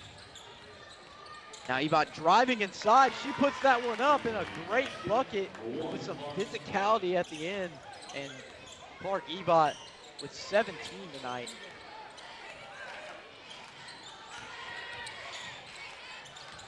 Now Auburn trying to do something here, and that's a missed shot there. But Levitt tries to put it up, and she's having some trouble down there under the basket. And that's going to be out of bounds on the Warriors. Now Auburn's going to be able to still get the ball, but Auburn up 19 right now, but Lee Scott's kind of made a few shots here recently with the second team in right now. But Auburn needs to do something to take advantage of that. And now it's going to be a shot from Levitt. He did enough and good. And that is going to be a foul as well. And 1 for the Tigers. Levitt going to try to make her first free throws of the night. Extend this Tigers lead, and she swishes that one through. A great shot there. And now the Tigers lead goes to 22. Now Evot dribbling back there. Herndon finds a lane inside, but that one's missed. And gonna be a hit the deck there for the Tigers. And now stolen away from the Warriors. Just a lot of crazy things happening right now. And Lee Scott trying to go quickly before this third quarter ends. Now Evot driving inside. Evot gets fouled, but the basket is no good. So Clark Evot gonna go to the line for 2 on the shooting foul.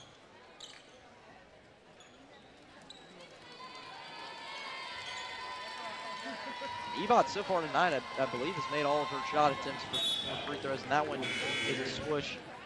So now Lee Scott trying to make their way to 30 points tonight after a struggling start in that first quarter. So Clark Evot so far the leading scorer for this Lee Scott team with 18, and that one is missed. So I guess I did the announcer's jinx there, complete with the missed free throw. So Evot finally misses her first free throw of the night. Yeah, Evot has been really, really good tonight, and just carrying the team on her back, honestly, with about 18 points already. Yeah, 18 points tonight. Over half of her team's points. There's the Evot dribbling it around there. Back out to Herndon. Herndon gonna pass this one back out to Evot for 3, and that's gonna be missed, but a rebound there from Langford, and Langford gets it stolen away, and it's going to be a travel from Auburn. That was stolen away by Pearl Simmons, but it's gonna be a travel, so now looks like that first team coming back in for the Tigers.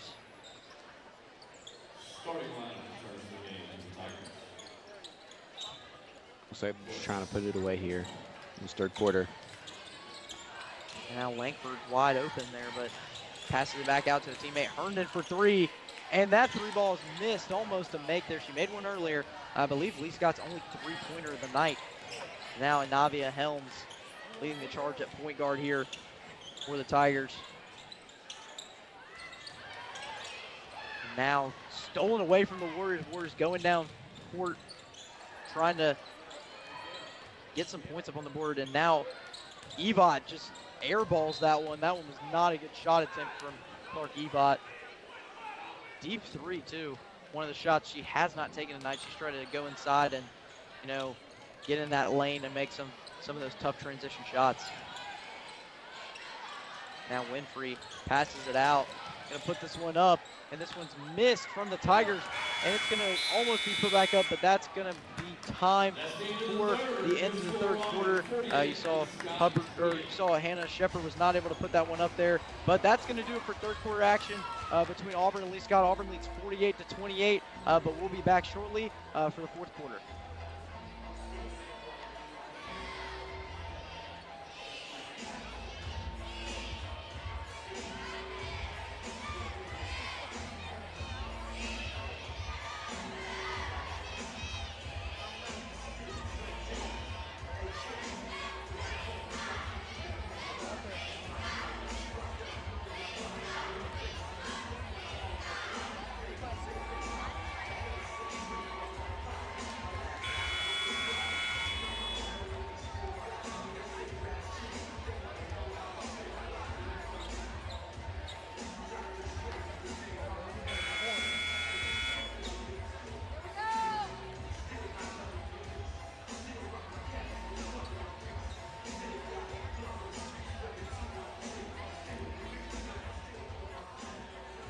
Hello everyone and welcome in to Auburn Arena for some fourth quarter action between the Auburn High Tigers and the Lee Scott Academy Warriors. I'm Maurice Kinder, joined by my co-host Cleet Carlson. Cleet, a great third quarter from the Tigers to expand their lead to 20.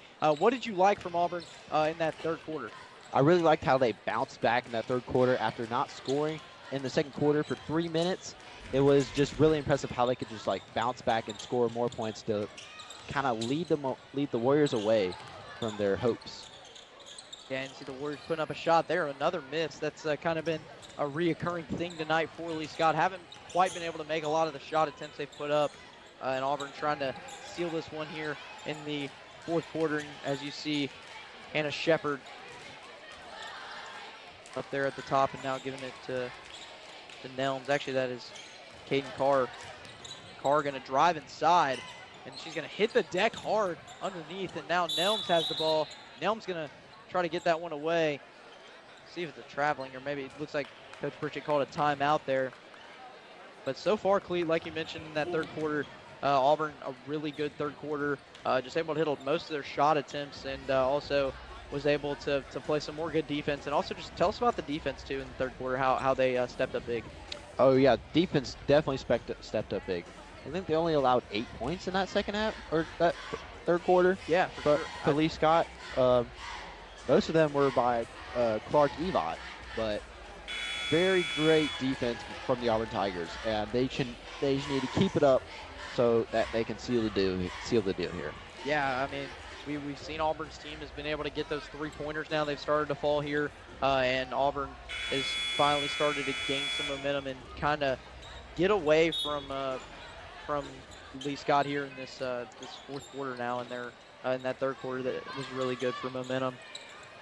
Now Nelm's gonna give this to Winfrey, and that's gonna be a shot put up there from Hubbard, and a great shot for the Tigers. That was a tough shot by Hubbard right there. I can't say much about that one. Yeah, that was a good shot attempt there from Hubbard. Just a fadeaway almost at the end of that one, and the Tigers finally hit 50 points here with 6 minutes to go in this fourth quarter.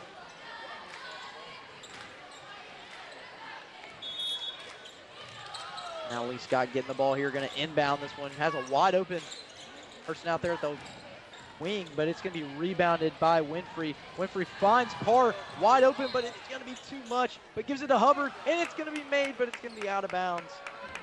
Carr kind of stepped on the line there at the end. Carr, you know, had a really good third quarter. She made that 1-3 from the corner. I thought that was Hubbard, but kind of hard to see up here from the booth, but that was Carr that made that three. And now wide open three again for the Warriors, but it is missed. A rebound, but blocked by Hubbard. Hubbard, one of the tallest players underneath there. And now that is a missed shot. Lee Scott tried to get the rebound there.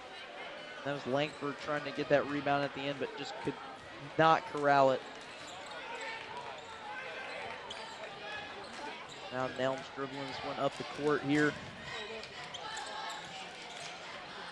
Inside, great pass there, and Hubbard makes that easy layup basically from the block at the bottom there. As you saw, Card got it to Hubbard underneath, and this is gonna be a three here for Evot, but it is missed. And now Lee Scott's trying to just heave up some things, some threes here, trying to get it back with a reasonable score.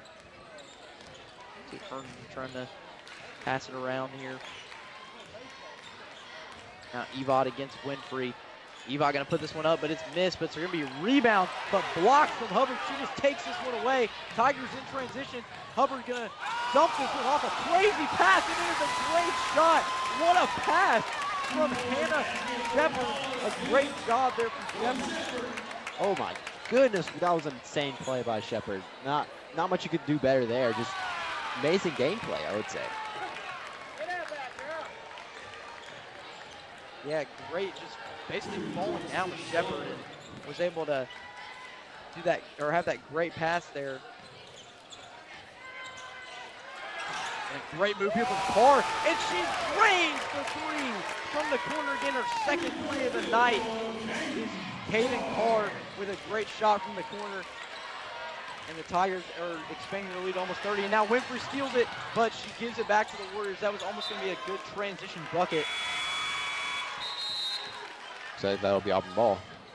Hopefully it's going to Yeah, 4 minutes to play here in this fourth quarter. So Auburn trying to do what they can to just get this win and put it to 2-1 on the season. Yeah, you can really see Auburn starting to run away with it. I'd say about 10 points in the last couple minutes. Really impressive. Yeah, certainly. I mean, almost getting to a 30-point deficit here. And Hannah Shepard so far in this fourth quarter has really stepped up big. And she has 14 points right now. Yeah.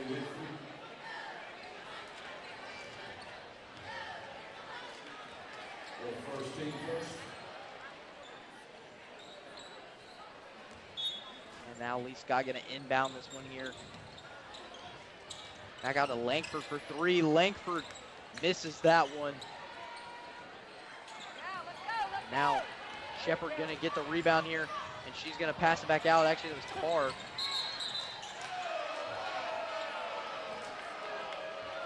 Good try by Nelms to try to throw the ball off of the Lee Scott Warriors player, but she was already out of bounds. And that's a three from the Warriors. That one's drained. And that was Clark Evot with the three. So she has a 21-point night so far. Now Anderson gets the rebound. Carr for three. It's good! Carr's third three of the night from the corner. The same spot she hit the one earlier. And she hit one from the other corner too. So 3 threes tonight for Kaden Carr. Yeah, she's really been showing out in this fourth quarter.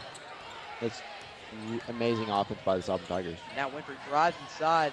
She misses that one, but gets a second chance and puts it up. And now the Tigers expand the lead, but it's stolen by Carr, and she's fouled. That was a quick sequence of events there, and Carr was able to get the quick steal, just lurking there as a defender, and then gets the steal and puts up the basket, but is no good, so she'll get 2 shots from the line.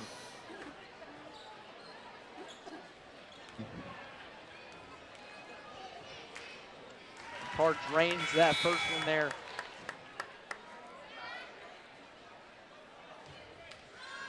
So Carr going for the second shot attempt here, trying to make it 2 for 2, and she does get there.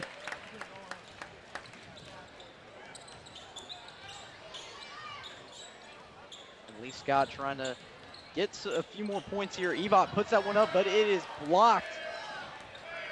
And now Carr going down the court. This is going to be a 3-ball from Nelms. It is missed. But now a rebound there from Winfrey, but Lee Scott's going to get the ball.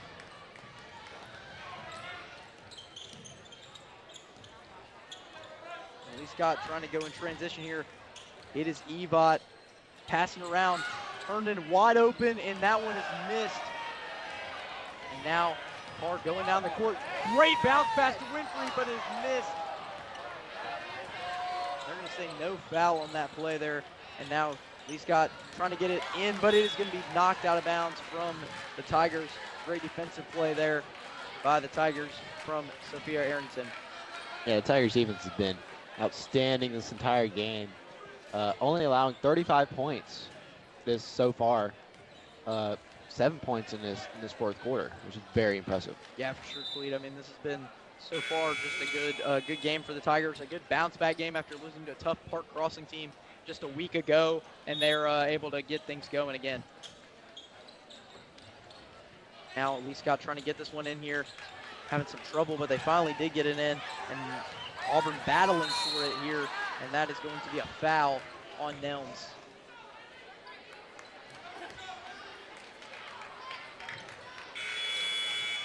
We're going to inbound this one here. Not in the bonus yet.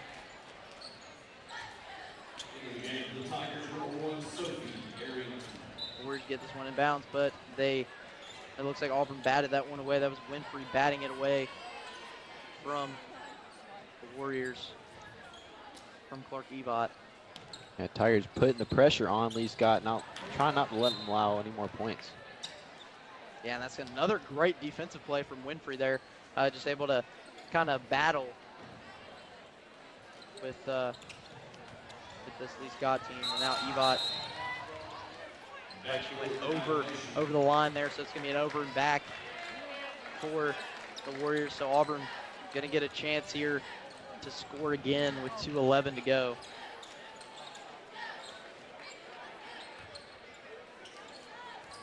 Yeah, these Tigers just trying to put it away right now, and it's going to be a miss there from the Tigers, and that's going to be another miss, but Carr puts it up, and it is good. So Carr, just a great fourth quarter here, puts that one up, so it's 66-35. And now Winfrey steals it away. Winfrey just in transition, and she's going to make the basket. And the Tigers extend their lead, and that's going to be a timeout. The Tigers might be putting in the second team here as they extend their lead.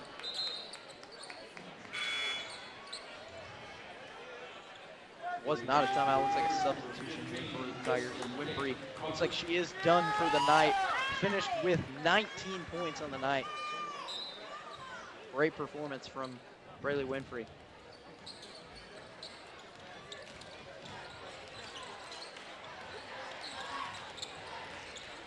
Now Auburn playing some tough defense. Lee Scott, he took a foul there under the basket.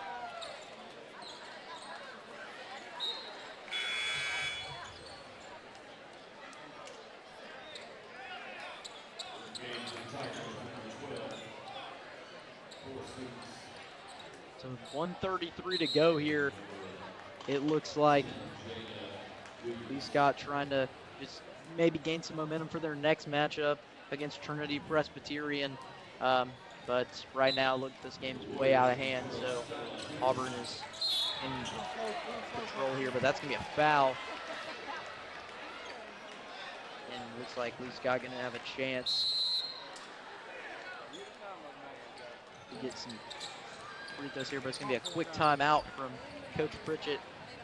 With 1:08 here in this fourth quarter, but Cleet, so far in this fourth quarter, just a great performance from Kaden Carr and also Hannah Shepard too. She just had a great game as well. Both of them coming on strong in this fourth quarter. Just tell us a little bit about that.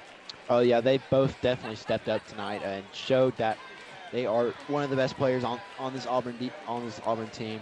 And I mean, Hannah Shepard with 14 points, and then we got Kaden Carr with, I think, 14 points.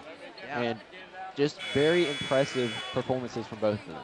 Yes, certainly. Kaden Carr's come on strong in this fourth quarter. She's gotten 14 points up for the night, and has had a great quarter. She's had 7 this quarter. Now going to be free throws for the Warriors here.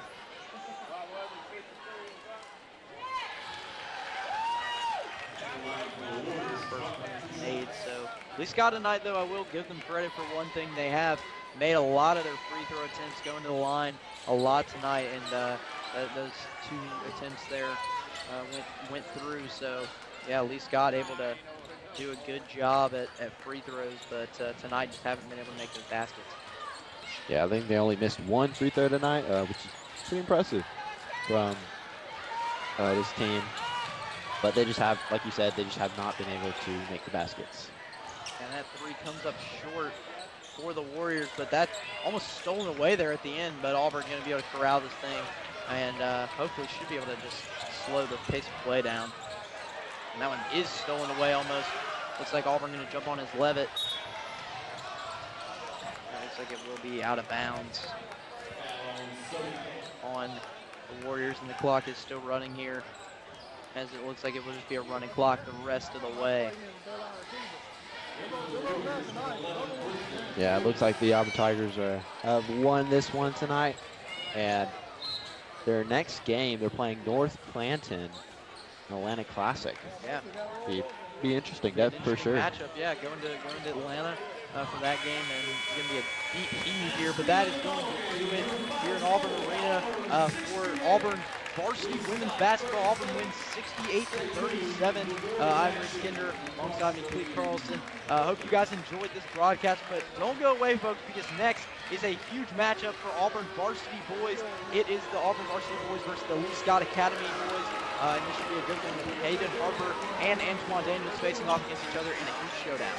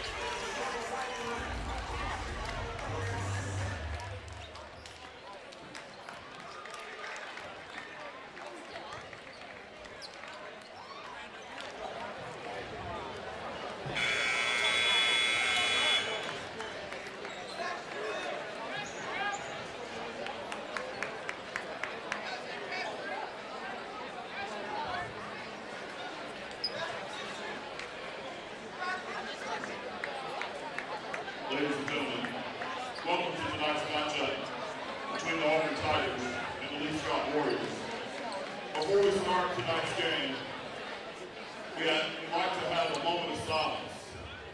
So ladies and gentlemen, this time we ask everyone to please join us in a moment of silence in memory of Jennifer Cooper. We pause to honor her life, her impact, and the many people she touched with her kindness and presence.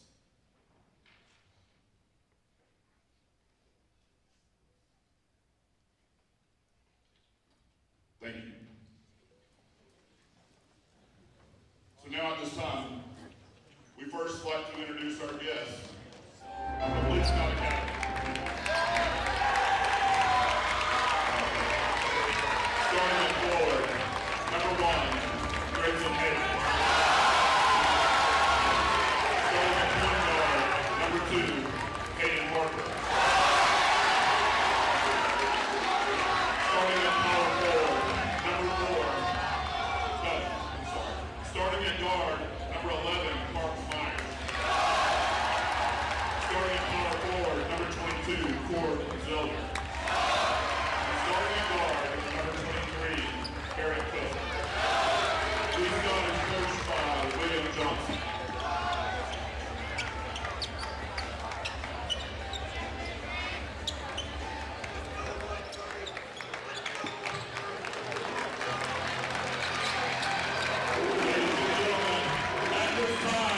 We'd like to introduce the Auburn High School starting lineup. First off, number 24, 6'2" sophomore, Caleb Brooks. Starting in guard, 6'3" senior, number 13, Bryce.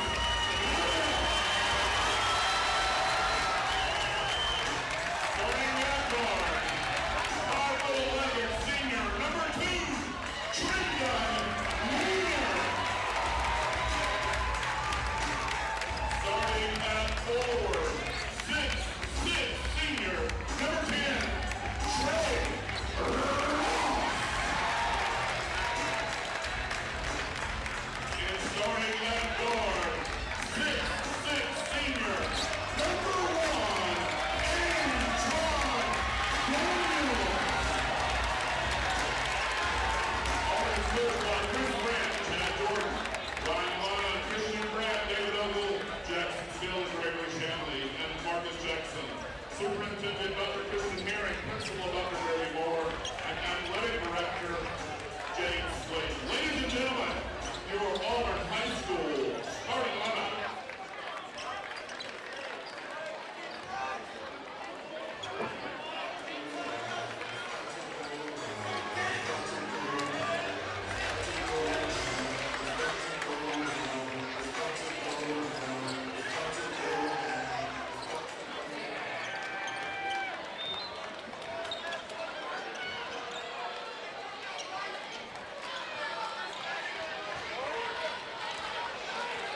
And welcome back to Auburn High School for the third matchup of today's broadcast. I'm Pete Carlson, joined by my co-host Trip Upton. Trip, how are you doing tonight? I'm doing fantastic. Auburn coasting to 2 wins to start this 3-match set off. The JV guys and the varsity gals went ahead and got big win for the squad. Now it's time for the main event, the Auburn Tigers and the Lee Scott Warriors. Yeah, and it looks like Auburn will win the tip right there. And a 3-ball from Taylor Brooks. Brooks, a guy that has been pretty good filling in for a lot of the team that has been on with football. Guys like Hampton Jordan, Cash Reese, and Antonio Wells. So he's really made his name known there for them. Yeah, it looks like Lee Scott's trying to get something going. Brett Cook for 3. Just missed. And it's rebound by Bryce Godhelp. Don't like that shot by Cook. He's a 33% three-point shooter. Granted, it's really early in the season. He's 1 for 3. But definitely would like to see that maybe get down to someone like a Hayden Harper or a guy like maybe William Lyles. Essentially, I know he's not on the court right now, but definitely big to see. They need to be able to work the ball around, and the other guys outside of Hayden Harper need to be able to score. Definitely, I agree with that 100%. It looks like Trendon Manor passed it Antoine Daniels back to Trey Ross, took Bryce Godhelp, and And number 10, Trey Ross just throws it out of bounds. Miscommunication by the Auburn Tigers right there. Yeah, Ross, one of the better players in this Auburn team, averages 9.5, 7.5, and 2. 67% on the floor. He is a guy that's been pretty solid for the Tigers, especially with Antoine Daniels coming off an injury. He's back tonight. Antoine scored 22, 6, and 2 in the season opener against Prattville. So the Tigers definitely missed him, and it's gonna be obvious that they love him back. Free ball for Caleb Brooks, missed. And rebound by Lee Scott, number 2. With Hayden Harper. Hayden Harper coming up the court, and it looks like he's going to drive, and he gets the bucket. Nice. I mean, Harper, again, a guy that was committed to play in the state, committed to Troy University. The man averages 17, 6, and 3 on the season. He has been kind of their go-to guy, and it's going to be a great play. It's a great drive and layup by Bryce Gathia. Looks like this Auburn team playing good defense so far, only allowing 2 points. It's still early, but they are looking good so far. Yeah, a lot of pace in this one. No shot clock tonight. Lee Scott did not agree to it, so that will be turned off. But it's still a lot of pace on this game, which you like to see. It gives us a lot of highlight moments with the finish right there for the Warriors. That's another bucket for Lee Scott, bringing it up to 4-5. Looks like that might have been. Looks like that might have been either Harper. That wasn't Harper. That looks like it was going to be Barrett. Reball for Caleb Brooks, missed, and rebounded by number 23 Barrett Cook. They're going down the court now. Back to 1. Brooks now on the defense here. He's tried to shoot up the lights out to start this one, but a tough layup, can't fall. Looking for a foul call right there, but no foul called. Yeah, that'll be Auburn ball, trying to extend this lead past just 1 point. Antoine going in and he gets the bucket. Nice. Great play right there. The Tigers have been pretty dominant on the boards. You saw that a lot. The JV game, they like to get to the paint and try to draw fouls, and that opened up a 3 ball. Communication from Lee Scott, number 2, just throwing it away. Hayden Harper, you wouldn't expect that out of him. Yeah, and some subs coming in now to make the change here. Chapman Harris and William Lyles for the Warriors. And this is a big matchup. You can see this crowd is packed. Not only is the unit, the Lee Scott student section, otherwise known as the Goat Pen, I found out today. Really? Yeah, so I mean, they're packed out too. I saw their Instagram post, be loud, get there early, and wear red. You can see that they got a good show, and you see the tape up front of their student section and our student section. Make sure things don't get too rowdy right here at the high. And now it'll be tipped out of bounds by number 10, William Lyles. It'll be Auburn ball as Trendon Manor will inbound. And inbound. Oh, miscommunication. Antoine bobbles it and turns it over. And Hayden Harper going in. Looks like that should be a travel. Took 5 steps at least. They're going to call a push on. They're going to call on Auburn. Yeah, Daniels trying to use his body to block that. Harper was starting to get around, so he used his arms. Cannot do that, and that will be called every single time, especially with these 2 competitors going at each other, you know, that can play at the next level. That'll be the first foul on Auburn. The first foul of the game, actually. A lot of good play. Yeah, and Auburn has been really good on defense, but they just have to keep those fouls out of reach, especially for Antoine, because he is their star, definitely their star player. Yeah, you saw, you know, the Tigers dropped the game against Park Crossing on the road, 67-56, when Antoine was not able to go. He is the engine that makes this car, that is the Auburn Tigers, go. And, you know, he was sorely missed. And with him back, you know this is a big game with big stakes. Definitely. As they open number 2, Hayden Harper back out in 3. Antoine guarding heavily, not letting him get close to the basket. You just love to see guys that have that high energy, high motor, that just like to go at each other. They are just fighting down there and trying to compete for a win here for their school and for their town, trying to see if the town's going to be red or blue with Lee Scott. Only 11 minutes away from here, about 10 minutes. Depends on that traffic on University Road. They're down the road from each other. These are 2 rivals. Definitely. But I wouldn't say that, but they might say that. They might say that, but yeah. I wouldn't say, because I think it's the first time we've ever played them in our school history. Really? I didn't know that. I mean, it's kind of like... We might have played them in men's before. I'm not quite sure. It's kind of like UAB and Auburn. No, Alabama. Ooh, and Trey Ross throws it behind the backboard to throw it out of bounds. Yeah, great pressure defense right there from Harper and Lyles down low. Lee Scott starting to grind this game to a halt. You're starting to see it. The pace has slowed down a lot. And despite the first about 5-6 minutes going a little fast, this last one has been Intercepted by, number 2. Brendan Manor almost gets the slam, but it was just missed. Yeah, 24 or 38% shooter from the floor, trying to get the jam to get the crowd and the unit going. Could not do so, just a little, maybe a little too early, and just couldn't get it down. I'm sure the boys in the locker room are going to have a lot to say about that one. Well, there we go. Antoine for 3. And he's fouled. He'll go to the line for 3 shots. Yeah, maybe foul looks to be on maybe Brooks Zachary, number 4 for the Warriors. Maybe thought that they were still playing Montgomery Academy last Friday. Looks like he just flew in there with no disregard, and now that's going to be 3 foul shots for Daniels. You cannot let that happen against this Auburn team. They will take advantage of those free throws and will sink them. Yeah, I mean, Coach Brandt knows that. He was here. He was an assistant in the state championship year back in the early 2000s, and now as the head man, he has been a guy that is trying to build this team and get them back. They've been in the hunt. They've been in the Final Four and the championship game recently, but they have yet to win another. I think that is on the top priority list for Chris Brandt and this Auburn team. Yeah, it looks like Knox Heisler and Contrell Evans are coming in now for this Auburn team. Yeah, I'd love to see the bench usage up early. My high school coach, when I was covering high school basketball over at North Cobb Christian, really didn't like to use a lot of subs, but he liked to do conditioning. So his starters could go for those entire game stretches, those 40 minutes. Full court press here for Auburn, and they missed, and he just bobbles the ball, and it'll be Auburn ball staying on this side of the court for. It was good pressure by Antoine Daniels. Yeah, he literally swiped at the ball and then stared at him, and the Lee Scott Warrior did the rest. Antoine driving, passes out to number 12 for 3, and it's good. Contrell Evans for 3. Contrell Evans, the 30% on the season three-point shooter.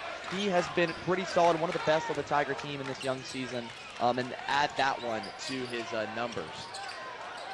Good ball work by the Lee Scott Warriors here, and he passes back out to number 3, and he drives in, and he gets the bucket. That was number 10, William Lyles. What a good drive there. Lyles traditionally good on the boards, averages 8.5 rebounds, using his size to get inside and make a play. Yeah, I agree. He's going to keep doing that the entire night, and they will expect that out of the Lee Scott Warriors. Banner at point guard right here. I really like that. And here we go, over 3. Just went in and out over there. Tried to call his own number right there. Just couldn't get that one down. He could not. Good try though. It was a good opportunity right there. Good pass. And he's got number 10, Lyles, driving in again. Passes out to number 5, Wyatt Brooks, and he gets fouled. Well, that'll send Wyatt Watley, number 5, to the line. Has really not gotten a lot of run this season for the Warriors. Has yet to even really make a basket. Only stats he's recorded are some rebounds. So another guy that, this Lee Scott team, a lot of them, when I was doing some notes earlier, they rebound. It's something they take a lot of pride in. So they're going to have to continue to do that if they want to beat this Auburn team that has a lot of size in the front court, especially now with number 14, Derek Banby, checking into this one. Yeah, I definitely think that rebounds are the most important part of this game, that they will need to get the rebounds, offensive rebounds, defensive rebounds, to be able to win or have a chance to win this. Yeah, I mean, Auburn just has been really aggressive, and they're kind of the ones pushing the pace. Lee Scott, they've slowed their game down, but eventually, when fast meets slow, something's got to give. And if that's you, then it's going to be a very hard rest of your night.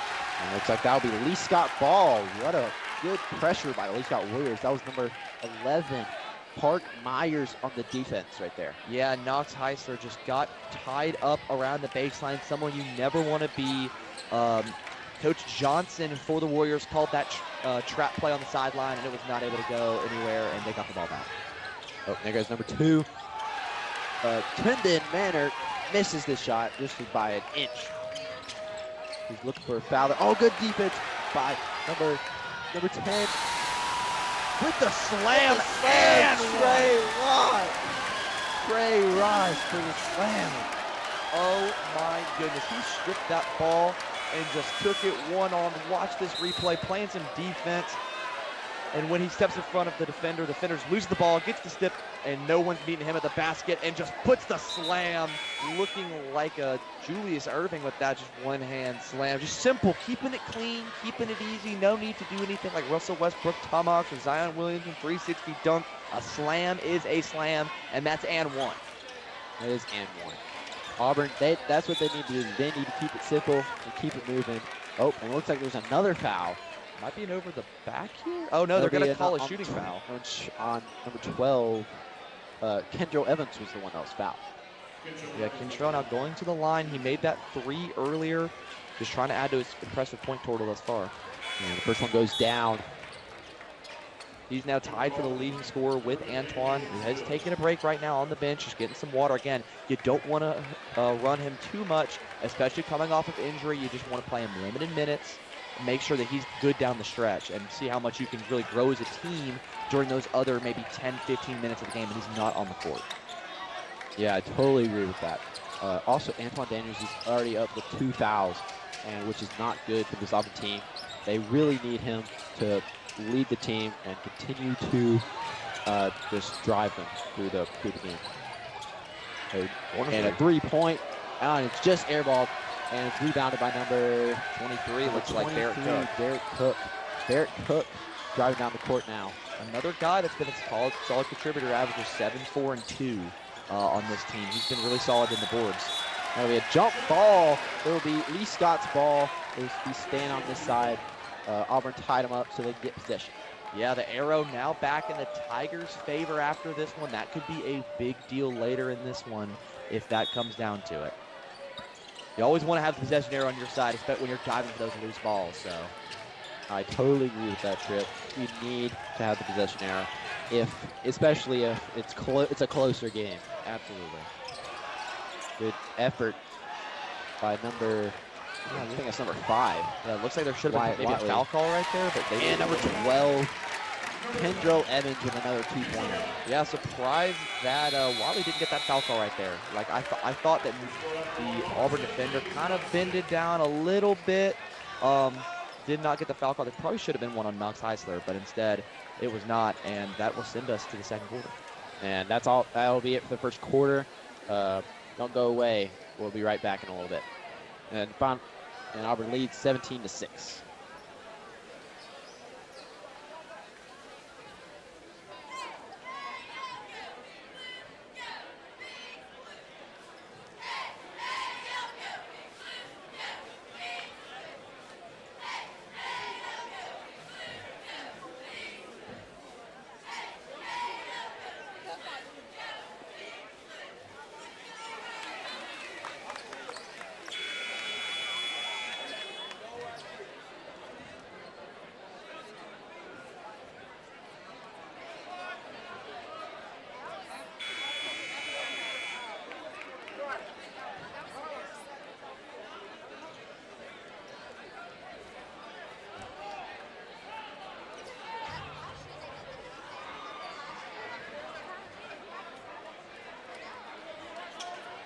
And welcome back to Auburn High School with a score of 17-6. Your Auburn Tigers are winning. Trip, walk me through this first quarter. How does Lee Scott need to improve? Well, they ran a lot of pace those first probably about 5-6 minutes of the quarter, and then slowed it down closer to the 3-minute mark. And I disagreed with that. From the Warriors, they were keeping it very close early, forcing Auburn to run with them, forcing their subs early, getting fouls, especially with Antoine Daniels with 2 fouls. Keep the Tigers in foul trouble, continue the pace, because once the game slowed down, Auburn started making shots, and once they were able to get back in their defensive set, get a breather, that just really hurt their momentum. Yeah, and this Tiger team has been applying pressure. Oh, it is blocked by number 14. Garrett Brandy, but he will have the foul. Yeah, I see. That's a good call by the official right there. 2 men kind of surrounding him right there. You can't do that and then bend down. Looks like they might have hit the arm as well. That'll send him to the line shooting 2, and that's probably the right call right there. Maybe they called the foul. Actually, I think they called the foul on number 10, Trey Ross. Maybe.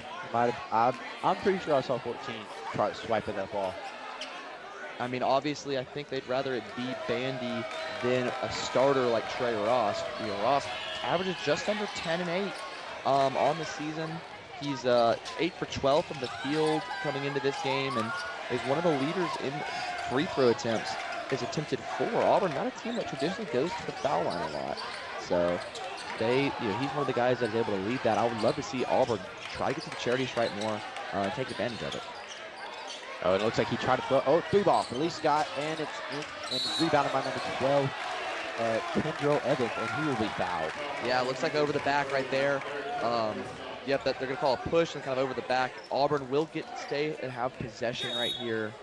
And they're going to try, even with the kind of more lackadaisical full court press, try and get this momentum and continue to build on this double-digit lead. Yeah, these Tigers have been very impressive in the slow game, taking their time, making shots, and just being able to get rebounds. It's just been very impressive from these Auburn Tigers, leading 11 in the second quarter. They're trying to get organized here, and drives, and it's blocked. Looks like there will be a foul, a push foul probably. Yeah, Barrett Cook swatting down on that one. I didn't necessarily see a shooting foul right there, so good call by the official, but a push maybe when he was driving to the basket. That will get the Tigers back the ball at the baseline. Antoine drives in, he passes it, and it's bobbled, and it's stolen by number 2, Hayden Harper. He goes up and he gets blocked. Number 14, Derek Brandy gets the rebound. Yeah, great play by Harper right there, just hanging out. Yes, his shot got blocked, but he forced the pressure. He's a guy you need to watch out for, as you see right here. It's when you're trying to drive to the rim, he's going to either steal your kick-out pass. Great shot by number 2, Hayden Harper. Yeah, he's either going to steal your kick-out pass or he's going to grab the rebound. I mean, he's just a guy. I mean, that's why he's committed to play the next level. He's just been absolutely aggressive. And when he has the ball and they're pushing the pace down the court, that's when they're scoring points, Cleve. Yes, that is 100% correct, Trip. They need to push down the court. They need to keep pushing this Auburn team to confuse them to be able to just keep up with them. They'll go down the court. It's a one-on-one here. It's 3 ball in the corner. And it's good from number 1, Grayson Haley. Haley, one of the leaders. He's 1 for 3 on the season from the 3, but he's 6 of 6 from the free throw line, averages about 8 points a game. He's been really solid for the Warriors. He dropped the 3. No, rebounded and tried to put back up. Rebounded by number 23, Barrett Cook. Yeah, I'm not liking Auburn's success from the three-point line. They need to, if they want to be able to shoot those, they might need to slow it down a little bit. You know, I know the pace has been working early, but they're not making those three-pointers, and that's really hurt them and let Lee Scott come back into this game. Yeah, Auburn went and a slam by Antoine Daniels. One-handed jam. Comes up a little gingerly from that. I would have maybe liked him to lay that up to be a little bit more careful, but a highlight reel play is a highlight reel play. Exactly. We like to see that out of Auburn Tigers. Yeah. I feel like Auburn plays better when they slow down their game. When they rush, they make mistakes. They can't have those in a game like this. Right, especially in a game where you have 4 of your players out with football as another 3 goes in for Haley.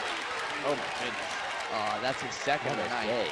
Yeah, leading scorer now for the Warriors. But, you know, when you have those players out and then you have a guy like Antoine Daniels who's banged up a little bit, that's going to be, you know, depth becomes a problem. You can't burn your guys too early. Take your time and make your shots that you saw right there with Trindon Manor. Attaboy. And now they're trying to set a screen on Antoine. Now there's double team. Now Grayson on one-on-one with, oh, it is stolen by Antoine. Antoine going back up. And he gets a little layup and he's in. Look for the foul call right there, and maybe actually, no, he didn't get it. It's going to be a timeout Lee Scott right there. Antoine Daniels, that was impressive from Daniels. Auburn royalty. Auburn has the momentum right now, and they are winning by 10. It's 24-14. What does Auburn need to keep doing to keep pushing this Lee Scott? I mean, I think first and foremost, they need to continue at the pace they've kind of been looking at, right? You see when they're passing the ball around, you're getting experience, you're getting guys that maybe they have the talent, but they just don't have the opportunity yet to be able to prove that they're a significant contributor to this team. I would look at that. I think defensively, they've really either been really aggressive on cutting off the paint or really aggressive in cutting off the perimeter.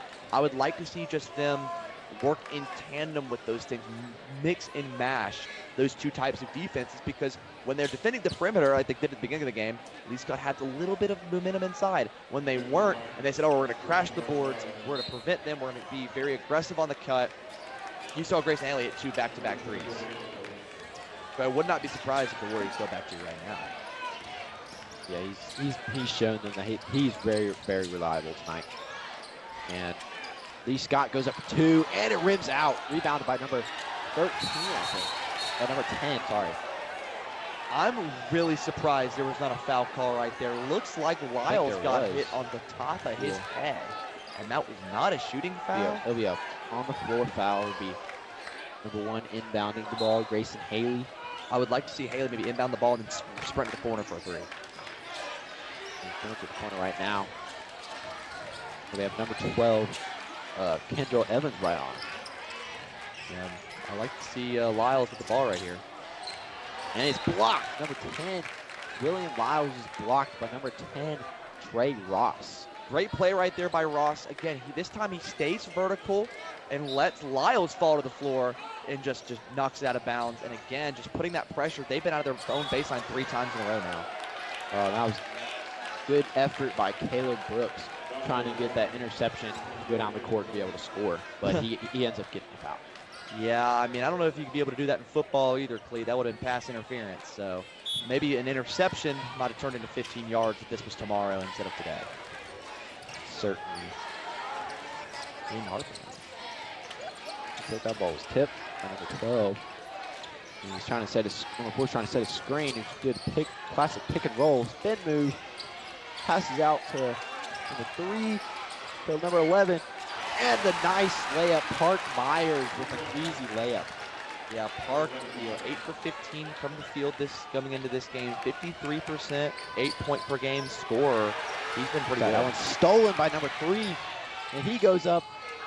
And and it looks like that'll be out of bounds on Lee Scott. Number 10, William Lyles touched last. Looks like they're gonna keep it down that end of the floor. It might be Warriors ball. I mean, it was very close. It was very close. I thought I saw Lyles throw the ball backwards behind his head. So it looks like it'll be Lee Scott ball as they inbound. Oh, and Coach Brandt wants a foul. There's no foul call on that? Yeah, just inbound. Looks like there was a push. Coach Brandt immediately lit into the official, trying to get a foul call. I probably would have agreed with him a little bit right there, but didn't get it. Lyles passes inside and it's blocked by Antoine Daniels. Antoine with the ball. Looks like he needs a little bit of help. He's getting double teamed, and it ends up in number 2's hands, and he'll get the easy layup. Great job right there.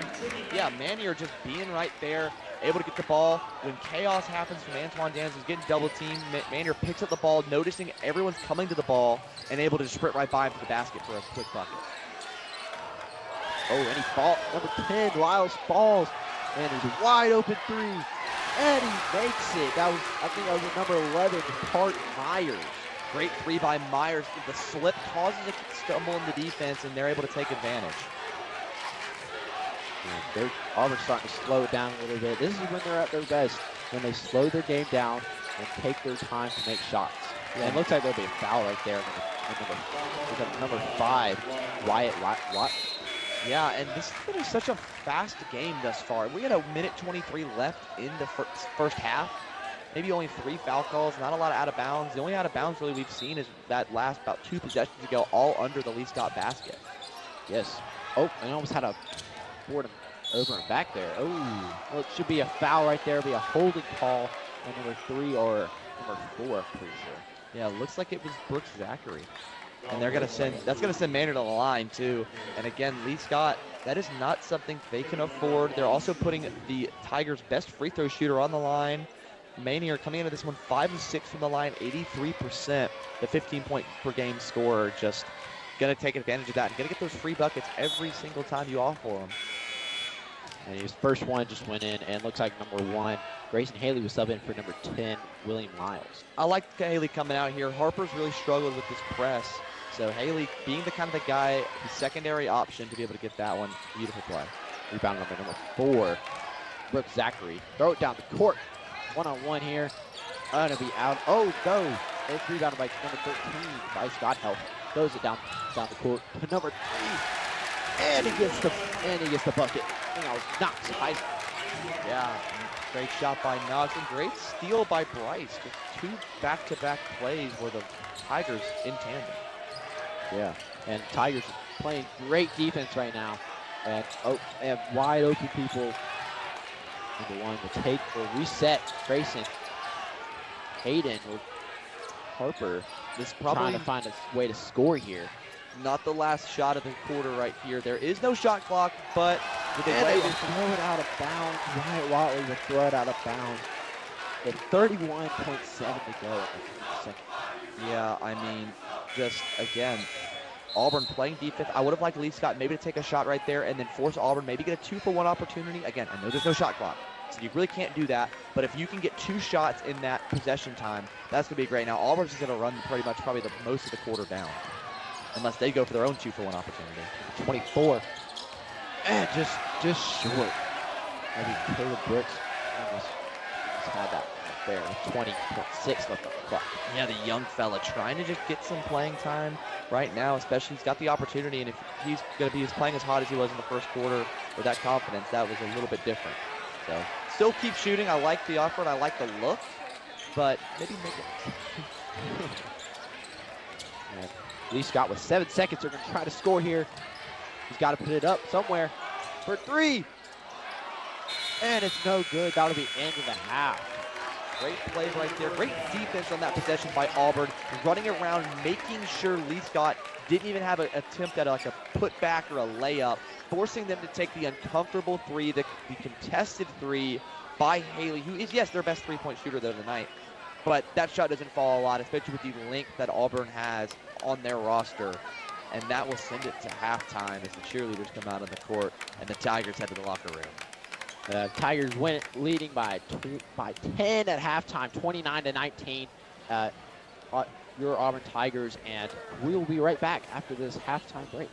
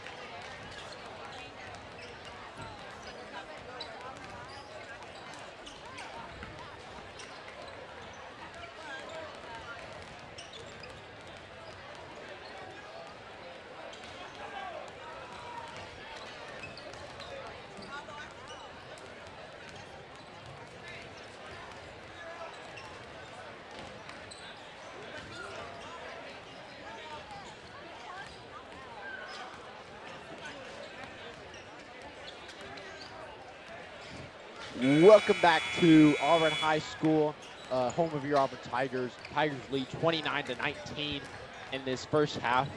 Trip, walk me through the first half. What did you like about this Auburn offense and defense? I honestly, for both teams, I really liked that they played clean. You know, there wasn't a lot of fouls. Maybe a little bit towards the end. Maybe, but probably about like 8 fouls total, I want to say. Maybe a little bit less than that. But I really liked that Auburn was controlling how they wanted to play the game. When they wanted to go fast, they forced Lee Scott to play fast. When they wanted to play slow, they forced Lee Scott to slow the ball down. And you could tell Lee Scott was not ready. They were not playing their game. They were playing Auburn's game, and that's why their score is the way it is. A lower scoring half, but that's because a lot of the times it'd be a quick possession, fast break, and then there'd be a layup. But, you know, it's been a back and forth. The game is a lot closer than the score. I'm going to say that right now for Auburn. And a couple things have gone their way, but Auburn's got to start making shots, and especially ones from the perimeter. Not a lot of three-pointers. Really, the only guy that's taking shots from out there is a guy like maybe like Kentrell Evans, and Knox Heisler. Yeah, this Auburn team has been very controlling this first half. Let's see if they can keep it up and keep controlling this Lee Scott team.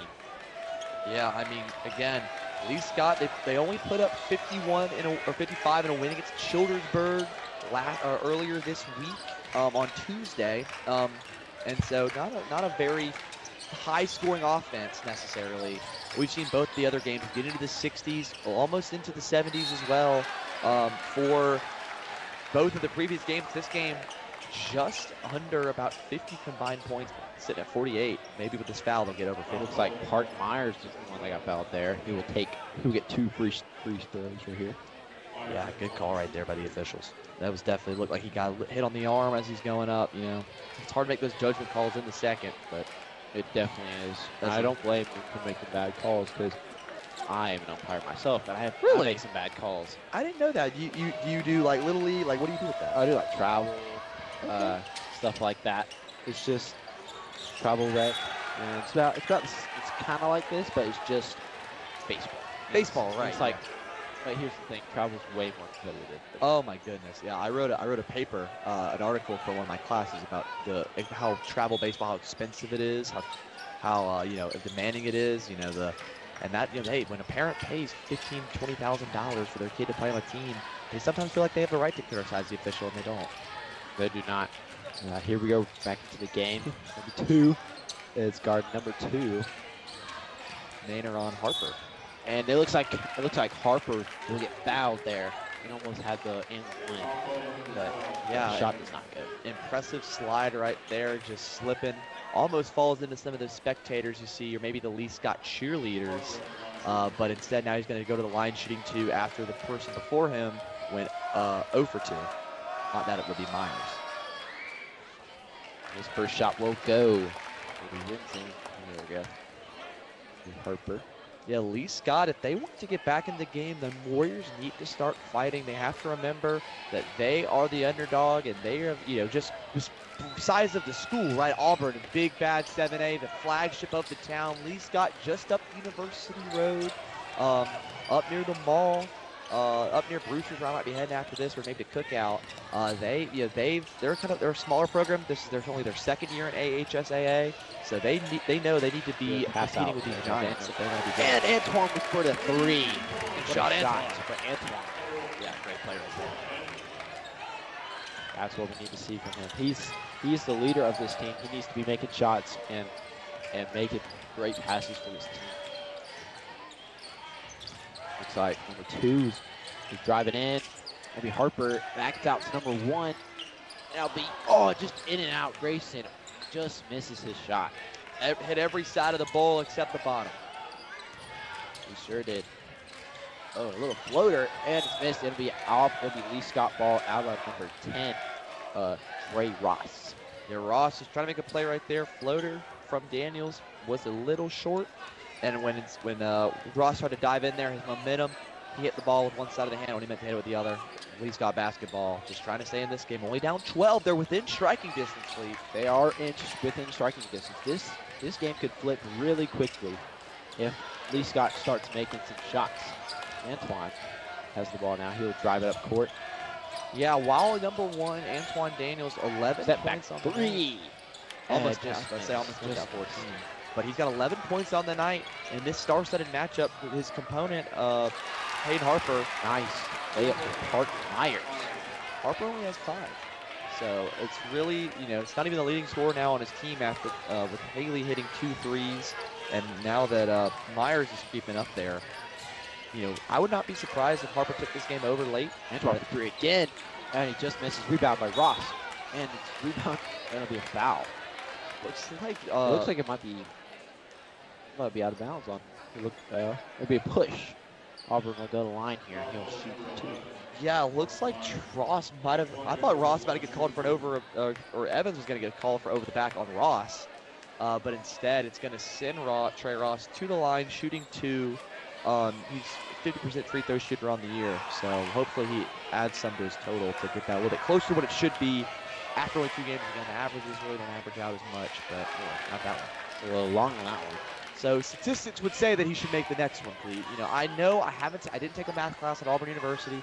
I am a journalism student, so I don't know if he'll, I'd assume law of averages, he should make this one.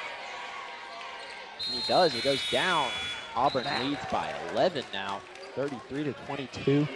Lee Scott will try to get this within a 1 possession or a single digit game lead. Yeah, I mean, some subs coming on for both teams. I see Barrett Cook trotting back onto the court. He could be a guy that could make an impact. Good pass from number 1 to Harper. Back out to number 11, Park Myers. He's driving in, and it looks like that'll be no foul call. Antoine driving out the court, and he gets a nice, easy layup. Yeah, I don't think, I think that the Tiger is right there. He didn't get set. Ross didn't get set, so it wasn't a charge, but he's standing straight up, so it wasn't a blocking foul. So again, just a no call when 2 guys collide with each other, and you think that should be a call. Someone's going to the floor. They don't, and now a timeout. Another Lee Scott timeout here. It'll be their second timeout. Yeah, I mean, just really good stuff. The Warriors what I'm looking for them is they've got to start trusting the 3. You're down right now by 13 points. You can afford. Yes, you can't. No, you can't afford to make shots or miss shots. Yeah, you cannot afford to miss shots here, especially against this Auburn team. But you can't. But what you're not getting anything inside. Like, yes, Harper can drive to the rim and throw it up, but with Trey Ross and Kentrell Evans down low, with Antoine Daniels being there as well, like, they have just not found that success in the paint that they probably want to find success in.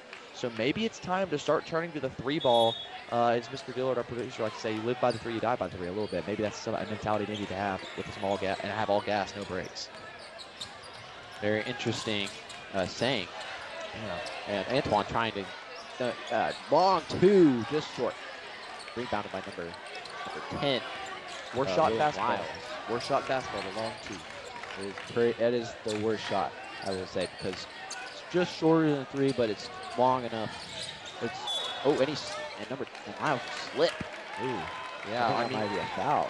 He slipped a couple times tonight. I don't think this is Vestavia Hills turf right here, so I don't know why he's slipping necessarily. Maybe they need to wipe it up, or maybe he needs to try out some different Maybe shoes. some slick over there. Yes. Maybe some sweat on the ground. Yeah. Maybe some towel boys over there. Get Aura Khan, who used to be at McNeese State, now over at NC State. Maybe we need him to come in and make sure the floors at Auburn High School gym are. Maybe so. Yeah, make them look nice and shiny and not wet. Trendon Manor will take this ball up. He will try to find an open man. He'll find 24 for 3. And just short. Rebounded by Bryce Scott Health. He'll put it back up. And it's good for 2.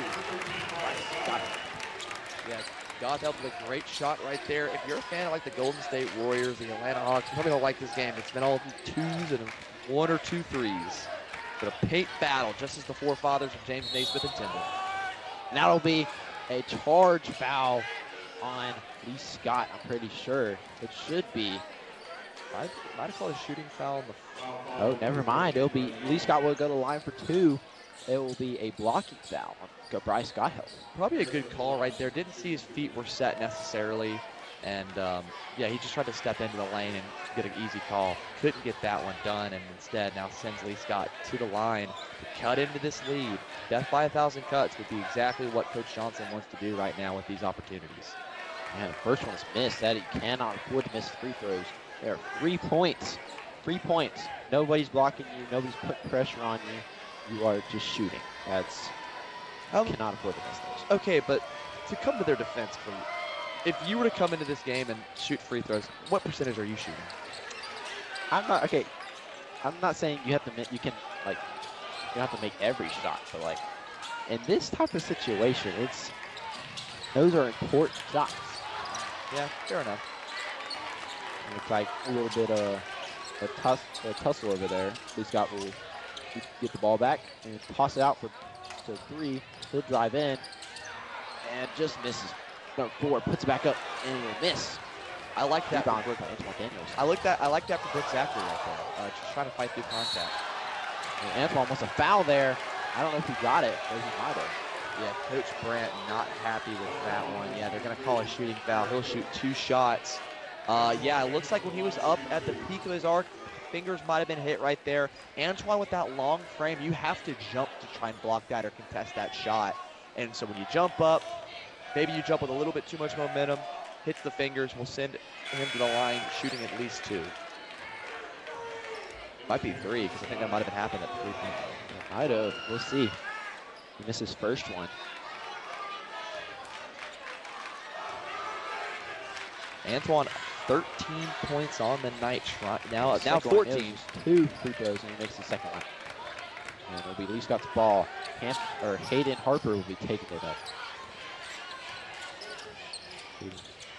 Yeah, again, I need Harper to start getting involved tonight if he wants to try and head back up the street. Ball With number 3, and it's just missed. And rebounded by number 3, Chapman Harris. Daniels a little slow to get up. What a block. Hit. And it looks like they're probably going to sub him. Oh, and it looks like Antoine Daniels is going out. He's limping off the court right now. Yeah, we knew he was banged up coming into this one, but they thought that they needed a big win and a big momentum booster. That is Antoine Daniels. He's coming off the court right here. Hope he's okay. Never like to see a young man like that go down, especially one that's Antoine Daniels is such a fiber in this Auburn community, in this Auburn High School. Hoping everything is okay. Once we hear anything, we'll let you know. That is not good for this Auburn team. Trey Ross coming in to the game now. As Lee Scott makes the first. As Lee Scott makes the first shot.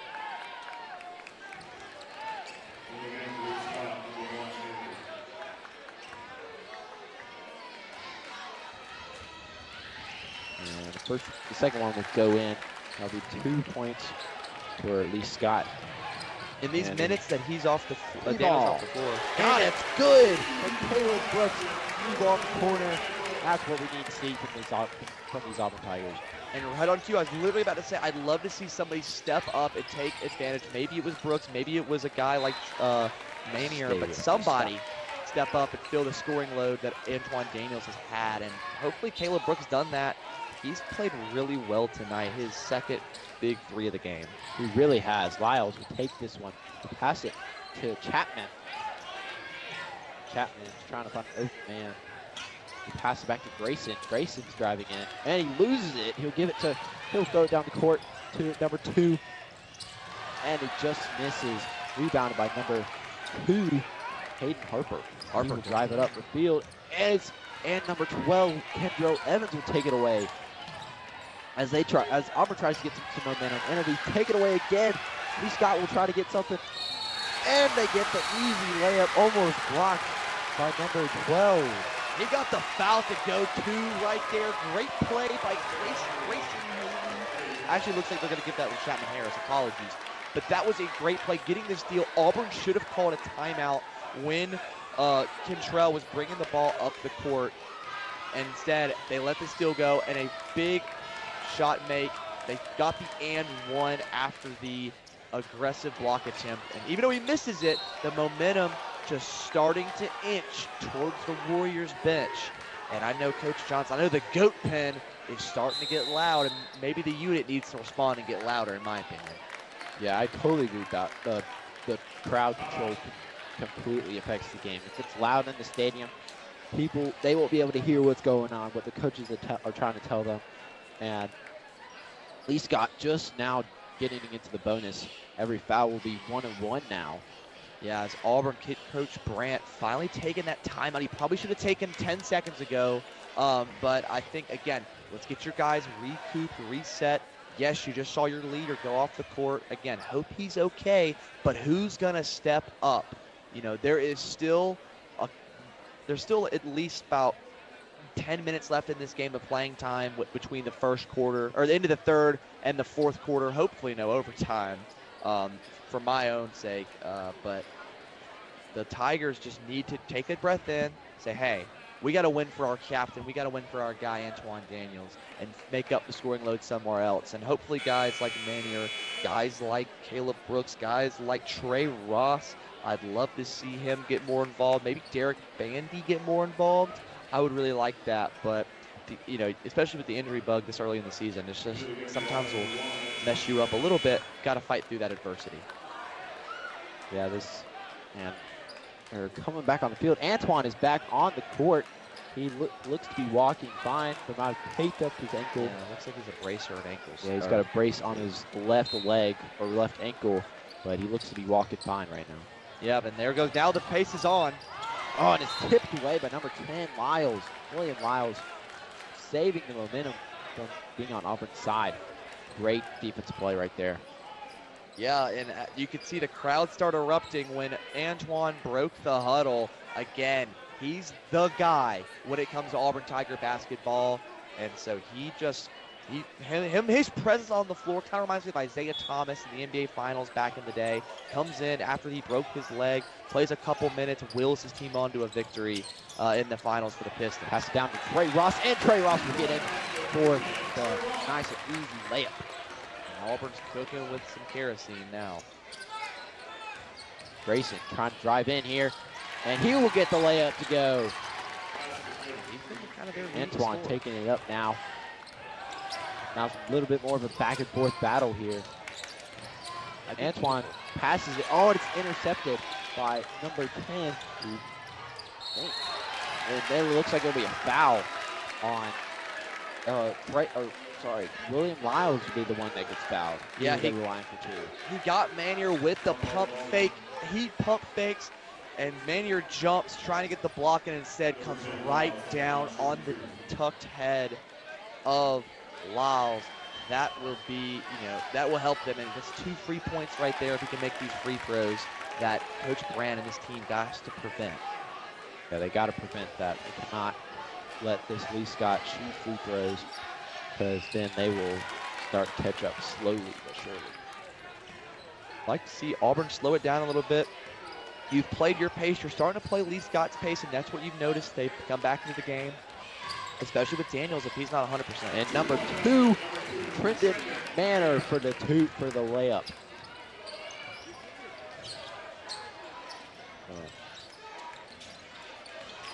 Here's Harper. He's taking it up the court. He passes it to Grayson, and Grayson will throw it away, but it stay with Lee Scott. Yeah, Warriors right here. I do like this energy that they're playing with. They're playing with a second lease on life now. They know that this is a winnable game. The 15-point total, if this was about 5 minutes ago, insurmountable. The way they're playing right now, they can 100% tie this game up now that they've got a little bit of fire in their eyes. Looks like Harper will come off the court here. And Chapman outside on Antoine on him. And there goes Lyles with Manor on him. Grayson driving in, trying to find a man, and he gets Lyles again, back to Grayson. And it looks like there will be a foul on Brendan Manor. It looks like he hit the arm on the pass right there, just tips it, and that gets 1-1 for the Lee Scott Warriors here. Yeah, good call.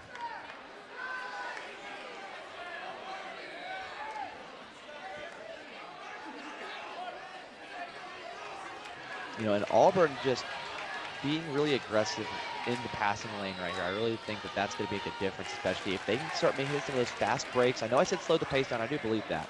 But if you can just prevent them from even getting shots up, that's going to help your case, and that's going to help the ability for Auburn to just continue to coast and strangle out the Warriors. And both free throws were made there. And looks like Trenton Manor will take it up this time. Full court pressure by Lyles. Lyles slips as Manor tries to take control of the ball. And there's Brooks for 3, and Brooks the splash for 3. Yeah, I mean, that was incredible. I'm wordless too, pretty much, with Brooks just stepping up, making a big play. Looks like there will be a. Never mind. I think we'll be on the ground for a floor on the floor foul. Yeah, looks like yeah, Trent Maynard when he's taking the ball, there's a lot of pressure. They were able to find it open, but it's because he got fouled. And nice. That'll be Trey Ross for 2. He's been great tonight. He's got 7 on the game thus far. He's just been really dominant and been a guy that's filled in along with Brooks, with Antoine not being 100%. He's just been really, really solid. That'll be Grayson for 3 and it's just missed. Rebounded by Trey Ross. And he passes to Godhelp. Godhelp to give it to Manor.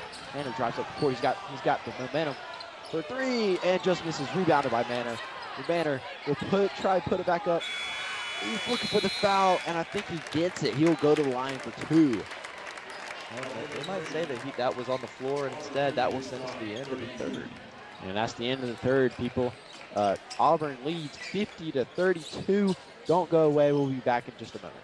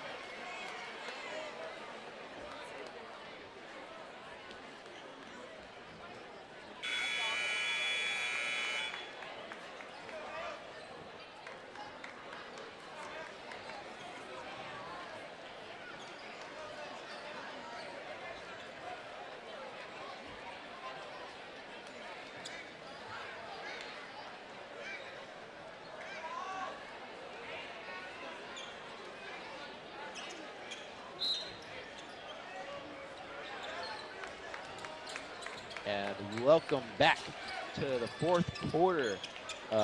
Auburn leads by 18 here. And Antoine is taking the ball up. He's getting double teamed right now by Harper. Harper's on him. Harper steals it. Harper did a fast break. And he will lay it. Oh, it's blocked by Antoine. What a block, but it looks like Harper will go to the free throw line and shoot 2. Sounded like Mike Breen right there with a little bit blocked by James, blocked by Antoine right there on the block. And actually, no, they're going to say that wasn't a foul and that Lee Scott touched it. Auburn basketball. Or maybe goaltending, What a call. It might have been. I think it was. Yes, it was. They went up. It went up. The score went up. So it was a goaltend, not a foul. Yeah, I was just reminiscing about the 2016 finals back in the day. Do you know where you were that day? Do not. I remember I was in Miami, Florida. We were heading to the Keys the next day, and I wanted to watch Game 7. We went to this candy store, and we decided, I was like, hey, I'm going to watch the finals. So I stayed up, I watched it with my dad, and I watched that entire, second half, fourth quarter. It was one of the best basketball games I've ever witnessed, and that's why I'm doing this kind of stuff. I remember blocked by James. I remember Kyrie Irving's big 3. I remember Kevin Love locking down Steph Curry right there, as now Antoine goes to the line, shooting 2. His first one goes down with ease. Antoine came out of the game earlier, limping, but he's back, and he is looking just fine. He makes both free throws. Yeah, shout out to the conditioning and the physical therapy staff that we have on hand, making sure that he's all good to go. Clearing him, obviously the hardest part of that job is keeping the players from hurting themselves, because he wants to get back in this game. He wants to win this crosstown showdown. But instead, they looked at it, and I know they looked at it well enough to say, hey, he is good regardless of what the score is or what the situation is. So shout out to the physical trainers. It'll be a kickball on Auburn. It'll stay with Lee Scott here. Yeah, good job by Brooks getting his body up, preventing that low pass, the bounce pass right there. Anytime you can put pressure on those kind of plays, do it. Yeah, and Kendrell Evans came into the game just a moment ago for Bryce Godhelp. He's been a big part of this game today. Oh, and they drive it, and they get the score and one. Great shot by Watley. Myers, I think. Oh, you're right. We'll go shoot one. Yeah, great play right there. And those are the type of plays that win you ball games. When you can get those and one shots, turn on just 2 points into 3 if you can make this free throw and slowly cut into this. When you're only down 16, I know that sounds like a lot, but with shots like this, that easily gets turned around. Got it in. And Antoine will take it up the court here. Trying to take pace of this game. And for 2. For 3. And there's Brendan Manor for 3. Number 2 for 3. That's a good one. And it's rebounded by Antoine. Antoine will take it up again, and it's stolen. And it looks like, I think it will be out. I think that should be out of bounds on Lee Scott. Yeah, looks like Grayson Haley just dove for the ball right there. Tried to get back in it. Actually, looks like that was going to be Myers again. Just try to dive and make a play. You got to respect it. Trying to win this ball game for his school. And just was a little bit too early. Tried to throw it off of Antoine, but instead it goes out of bounds, and Auburn retains possession. I think that might be number 13, Clayton Burns. Oh, so that's number 11, my fault. Yeah, well, he's got wearing the blue with the red numbers, white outline. It's kind of hard to tell from our perspective. Yeah, good colors though. I will say I really Yeah. I like their football jerseys. If you've ever seen them, Cleat, they kind of have like the Florida State logo. Like they use the Florida State logo, and they use the script Lee Scott. I actually really do like their logos. Whoever's in their branding or marketing office, if you're listening to this, I really do like that. And Brendan Manor's first free throw will go down with ease as he shoots his second one. And he makes both. Looks like he'll get another free throw. He got fouled from 3. Looks like Lyle's checking into the game now as well for Lee Scott, as the lead is now extended to 20. 20-point lead for this Auburn team. Started off slow, but then they found their rhythm, and they are moving and grooving through this fourth quarter.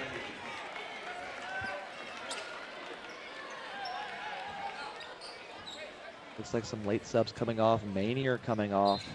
So Auburn, again, they have a little bit of a cushion, so maybe it's time to rest their guys like Antoine and Manor that have been the main contributors, but them combined for 30 points. Yeah, especially with their next game against Florence, again in the N2 Hoops Tour. That'll be an important one for them. Yeah, that's up in Huntsville, up with Bob Jones.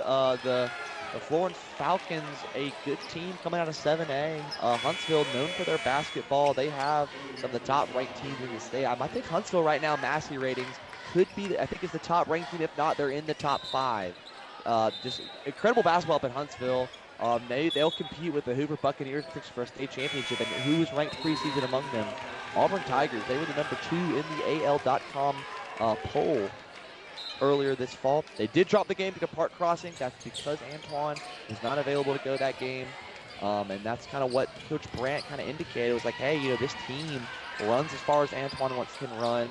And so they really need him. And they used that game as a learning experience. Say, hey, when he's off the court. And one for number 2, Hayden Harper. No, it's fine. I mean, Hayden Harper is having a great game as well. Definitely trying to, he's not the leading scorer. That would be Grayson Haley. But Harper v. Daniels has lived up to the building, at least if you're a part of the unit, part of the GOAT pen. Maybe you haven't seen what you wanted to see from Harper, but he's had a solid game thus far if you look at the advanced statistics. That is true. And they will rebound, and Lee Scott will get the 3 points. That was a and one situation. Yeah, because of the and one, the Auburn team thought that it was going to be 1-and-1 or at least 2 free throws, and shout out the heads-up play by Griffin Gatson, jumping up, grabbing that ball, and putting it back up, a free 2 points, and then they immediately get on the line. Coach Brandt, I know, has to be frustrated with that one. That's just sloppy basketball. There's just a miscommunication from the Auburn Tigers. They did not know that. They apparently did not know that it was a and-one situation. Gotta know that. And here goes. Oh, just over the head of Knox Highsworth to try to get a corner 3, but with the Lee Scott ball. Lee Scott playing with a lot of pace. Auburn trying to get into their full court trap. You know, it's a 17-point lead, but that can go away really quick if some shots start to fall and some miscommunications like that last free throw attempt happen. Yeah, we got 5 minutes left in this fourth quarter. As you said, Auburn leads by 17, and Lee Scott needs to keep moving, and they need to get some momentum to hope or try to catch up with the Auburn Tigers. Yeah, looks like the Tigers actually gained possession. There's a foul on the floor by the Warriors. So Auburn, again, I'd like to see that they can get the ball past half court right here quickly. Then they slow it down.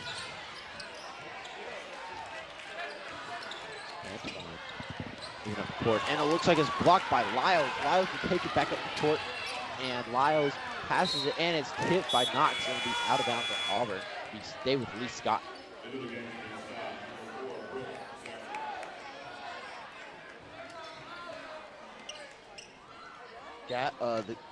Gaston checking out of the game. He's the guy that had that heads-up play, so that might have sparked this comeback and said, "Hey, you know, we might be down, but we're certainly not out yet." Certainly, this Lee Scott team, just missed the three. And it's rebounded. That looks like that would be out of bounds. Yeah. Lee Scott to be Auburn ball. Not the best attempt right there by Harper, trying to play the hero ball, and I'm sure the unit is letting him hear it, letting him know that was an air ball. Definitely. They are trying to get loud and rowdy, so this Lee Scott team will not be able to come back from their deficit.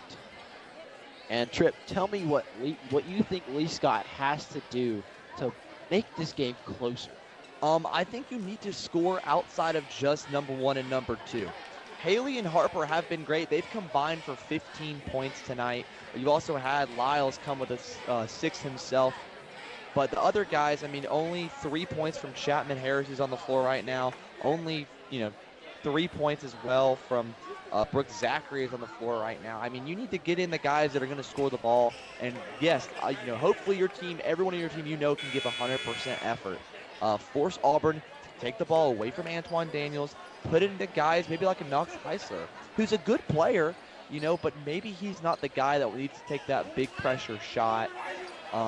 Maybe get it to, depending on who's on the floor, get it to the guys that you think is going to hurt you the least, not the guys like Antoine Daniels, Trendon Manor, Trey Ross that are going to hurt you the most.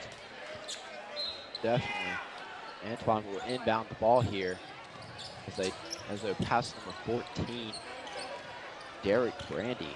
I like that Auburn allowed Antoine to inbound the ball, because especially with the ankle right now, looks like it might have been taped up. That would be a big... just short. Rebounded by Knox Heisler, and it bobbled. It'll be out of bounds on Lee Scott. But look, no, it's still in bounds. Lee Scott claims possession. He will shoot the three. Just missed. Rebounded by Trey Ross, and then Trendon Manor will take control. I really like that look right there by Haley, just taking the shot, taking the wide open shot. It's the best shot you're going to get, so just keep shooting. It's going to fall eventually. Maybe not today, but it'll fall eventually. Antoine trying to find an open man. He finds Manor. Manor, Antoine again. Antoine drives and gives the ball away. Here goes Harper, one-on-one. He will slow it down for this team. Lyles shoots for three. Over. Knox Heisler, what a shot. And timeout Auburn. They don't want to even let Lee Scott build up a hyphen of momentum. They just want to say, hey, grind it out. We're going to make you feel the next 4 minutes of this basketball game. And if you get any momentum, timeout. We'll go to the huddle, cool off, come back out there. Auburn will have the ball to at least figure out how they need to beat this full court trap, full court press that is really hurting them. If they can do that, Auburn will be able to go heading up to Huntsville with a win, while Lee Scott will head and play Trinity Presbyterian tomorrow. So in a tournament, so hopefully that they could hopefully bounce back from that one, from this one at least. Yeah, Lee Scott has cut the lead down to 14 points with just under 4 minutes to go. And Lee Scott's been road warriors this year. They've played 2 games, both of which were on the road. They have yet to play at their own home gym. Auburn, meanwhile, they're 1-0 at home. So they, one of those streaks is going to end tonight. Looks like it's going to be Lee Scott, but again, there's 3:30 left in this one. Anything's possible as long as you put in the effort to keep moving and Keep grooving, as you said earlier. keep grooving, as I did say. Antoine will inbound the ball here as they try to find an open man. Brendan Manor is the man he found. Brendan drive down the court. Looks like he got fouled on the floor. He would have made that shot too. Yeah, I mean, he was looking for the foul. You saw him kind of start twitching, looking like a fish out of water, but he's trying to get the foul call. You got to respect it. Maybe I'd like them to speed it up a little bit, get out of here with a win, but, getting the 3 points would also not help, especially as they approach the 60-point mark. Antoine finds Manor again. Manor drives in, and it's just short. I think he got fouled there. He'll go to the line for 2. Got his foul. Now Auburn is in the bonus, and now all the rest of their fouls that are on the floor will be 1 and 1. And that's kind of what Lee Scott honestly wants. And you might be wondering why they want to put Auburn in the bonus. Because you're not if Lee Scott goes on a run right here and needs to play the foul game, Auburn's already in the bonus, so they're gonna foul. They can get the ball back on a 1-and-1, and no harm, no foul. But if they weren't, Lee Scott would have to burn a couple fouls for Auburn to get sideline out of bounds, baseline out of bounds, instead of foul shots to take even more time off the clock. It's just kind of the game within the game, the mental gymnastic these coaches like Coach Johnson and Coach Brandt have to do to outwit one another. It's really impressive. Yeah, but I do not think that Trendon Manor is the man that they should be fouling. I'd say one of their best free throw shooters on the team, even though he just missed the first shot, but I'd still say he's one of the best free throw shooters on this team. Not a guy you want to send to the line. Because he will capitalize. Now Auburn leads by 15, 59-44.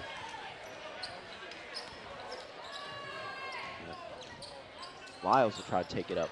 He passes his back, and he'll give it to Harper. Harper will drive in. He gets the reverse layup to go. What a shot by Hayden Harper. That's why he's playing at the next level, Cleat. He's heading, I think, currently committed to Troy University. He's a dog. He is a dog. He's got that dog in him, as they would say. He put it up for the reverse layup. Impressive layup. Gets called for the foul right there. Reached around, trying to get this field, trying to get the ball back. Want the lead at 13, and picks up his first foul of the night. There was some Trendon Manor again to the free throw line. If he can take advantage of the opportunity right here, kind of push this lead back out, just force Lee Scott to try and just continue that aggressive play that's been able to send them to the line. Trendon Manor's first free throw goes down. Auburn's lead is 14. The lead is now 15, 61-46. Auburn leads with 2:46 to go. And you see Kentrell Evans checking also into the game for Godlap.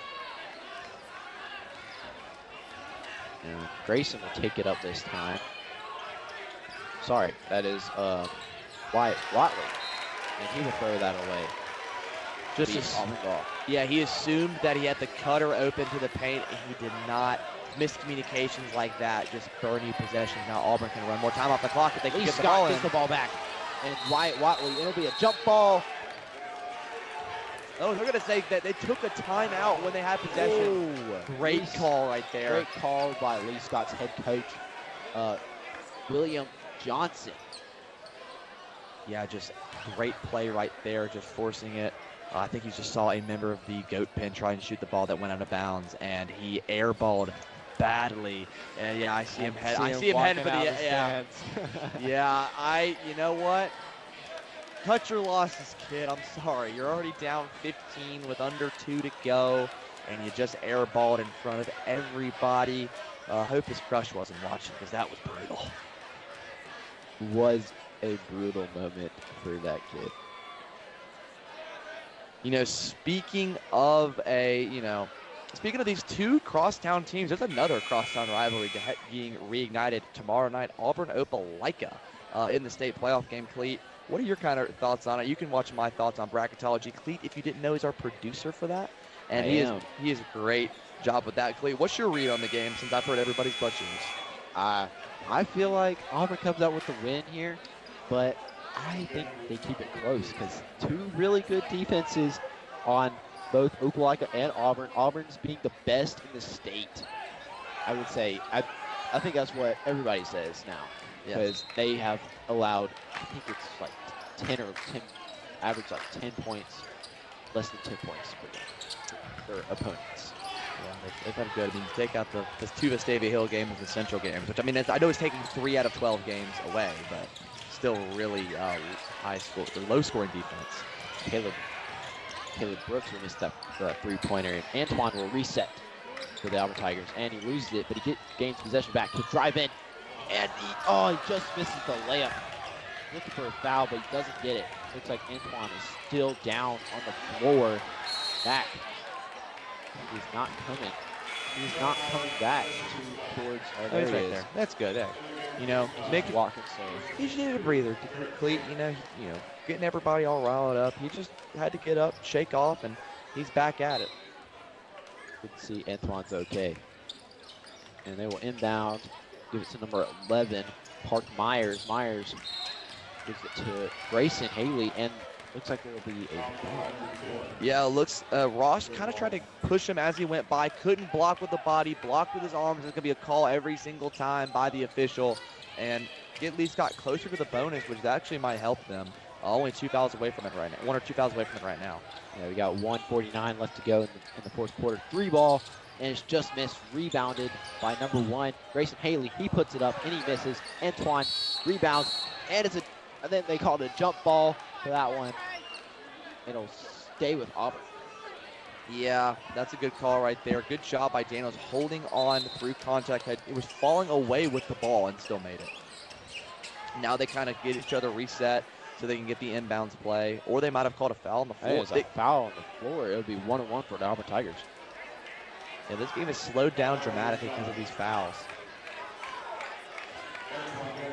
Auburn looks to extend their lead here. Hopefully make it 17 or 16.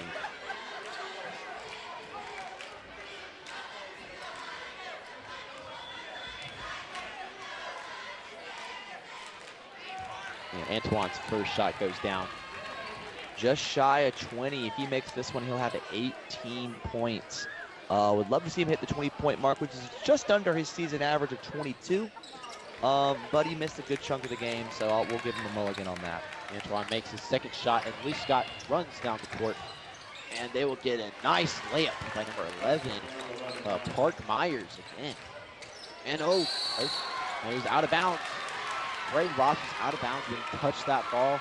And it'll be the Lee Scott ball under their own goal. Great play right there by Will Lyles, just running through the ball, forcing the turnover, just a slight mistake by Auburn. And again, these kind of mistakes could get them back in the game. 3 ball for number 10.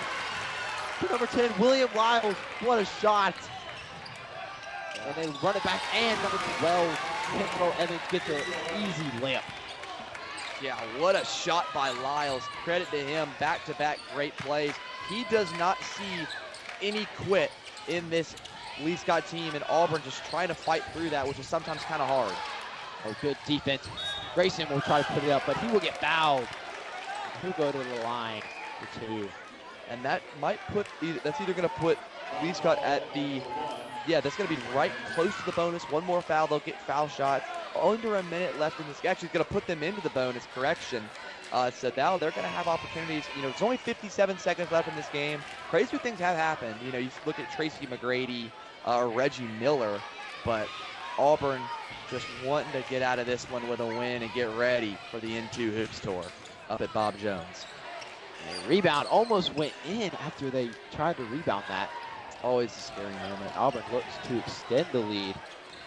Yeah, Brandt just telling him to slow down a little bit. Oh, and there's going to be a foul. There'll be a push foul. Antoine will go to the line for 2 shots. Foul was on, I think, on number 2, or no, it was number 12, I think. Or not number 12, it was 23, sorry. Antoine, a good free throw shooter. Only 40% in his first game, but he can definitely make both of these here.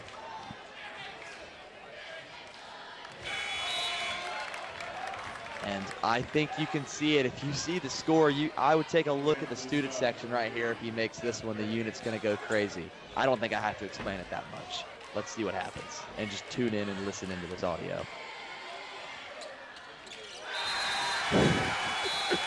And Antoine makes the 67th point as Auburn goes up 67 to 51. I mean, hey, you know what? Let the kids have fun, Cleve. You love to see it. Even Lee Scott giving him a hand for that one.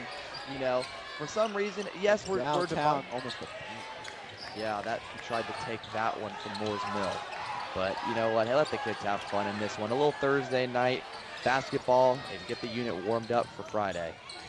nice layup. Oh, it doesn't go, but it'll be out of bounds at least. It'll be a foul. No, it looks like it was out of bounds. Yeah, it looks like it'll be out of bounds on Lee Scott, and I think that's Trendon Manor. I think he's hurt. He is hurt. He might have a leg cramp.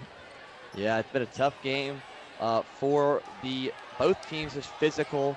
Hope everything's all right with this one. Looks like he's getting up off the court. Coach Brandt wiping it off as well, making sure he's good. Shout out Coach for making sure his boys and the Lee Scott boys are protected. That's just so important. And Derek Brandy will enter the game for number 2, Trendon Manor. Yeah, I would not be surprised to see Coach Johnson and Coach Brandt empty the bench right here. It's a 16-point lead. Just, maybe get some action to see what could happen. You saw Auburn, they put in their bench warmers, quote unquote, and one of them goes 5 for 5 from 3. Crazy. That was an insanely good game. Love to see Auburn after the loss to Houston bounce back. And we're not talking about Auburn High School. We're talking about my Auburn, the Auburn Good University 3 Tigers. from number 3, Chapman Harris. What a shot. And there's 5 seconds left of the game. They're trying to foul, but Antoine will get the final slam before the buzzer, making it 69 to 54. That is your final, folks. Auburn wins 69 to 54. And that was a great game by Daniel, he scored 22 points. He's the player of the game for Auburn. I also love the Manor getting at 17 himself. On the Lee Scott side, really impressed by a guy like William Lyles, a guy that didn't start in this one, came off the bench, still scored 12, was the leading scorer, and Hayden Harper only had 9 in the scorebook, but still played well on the other side of the ball, especially on defense. And now Auburn gets back in the win column, back over 500, while Lee Scott's undefeated streak to start the season ends in dramatic fashion as Auburn goes 3-0 on the night with JV boys, varsity girls and varsity boys basketball winning this one, Clete. It's really been a pleasure. It's been a great night for Auburn basketball. It really has. Thank you so much for watching this broadcast. I hope you all have a good night, and go Tigers.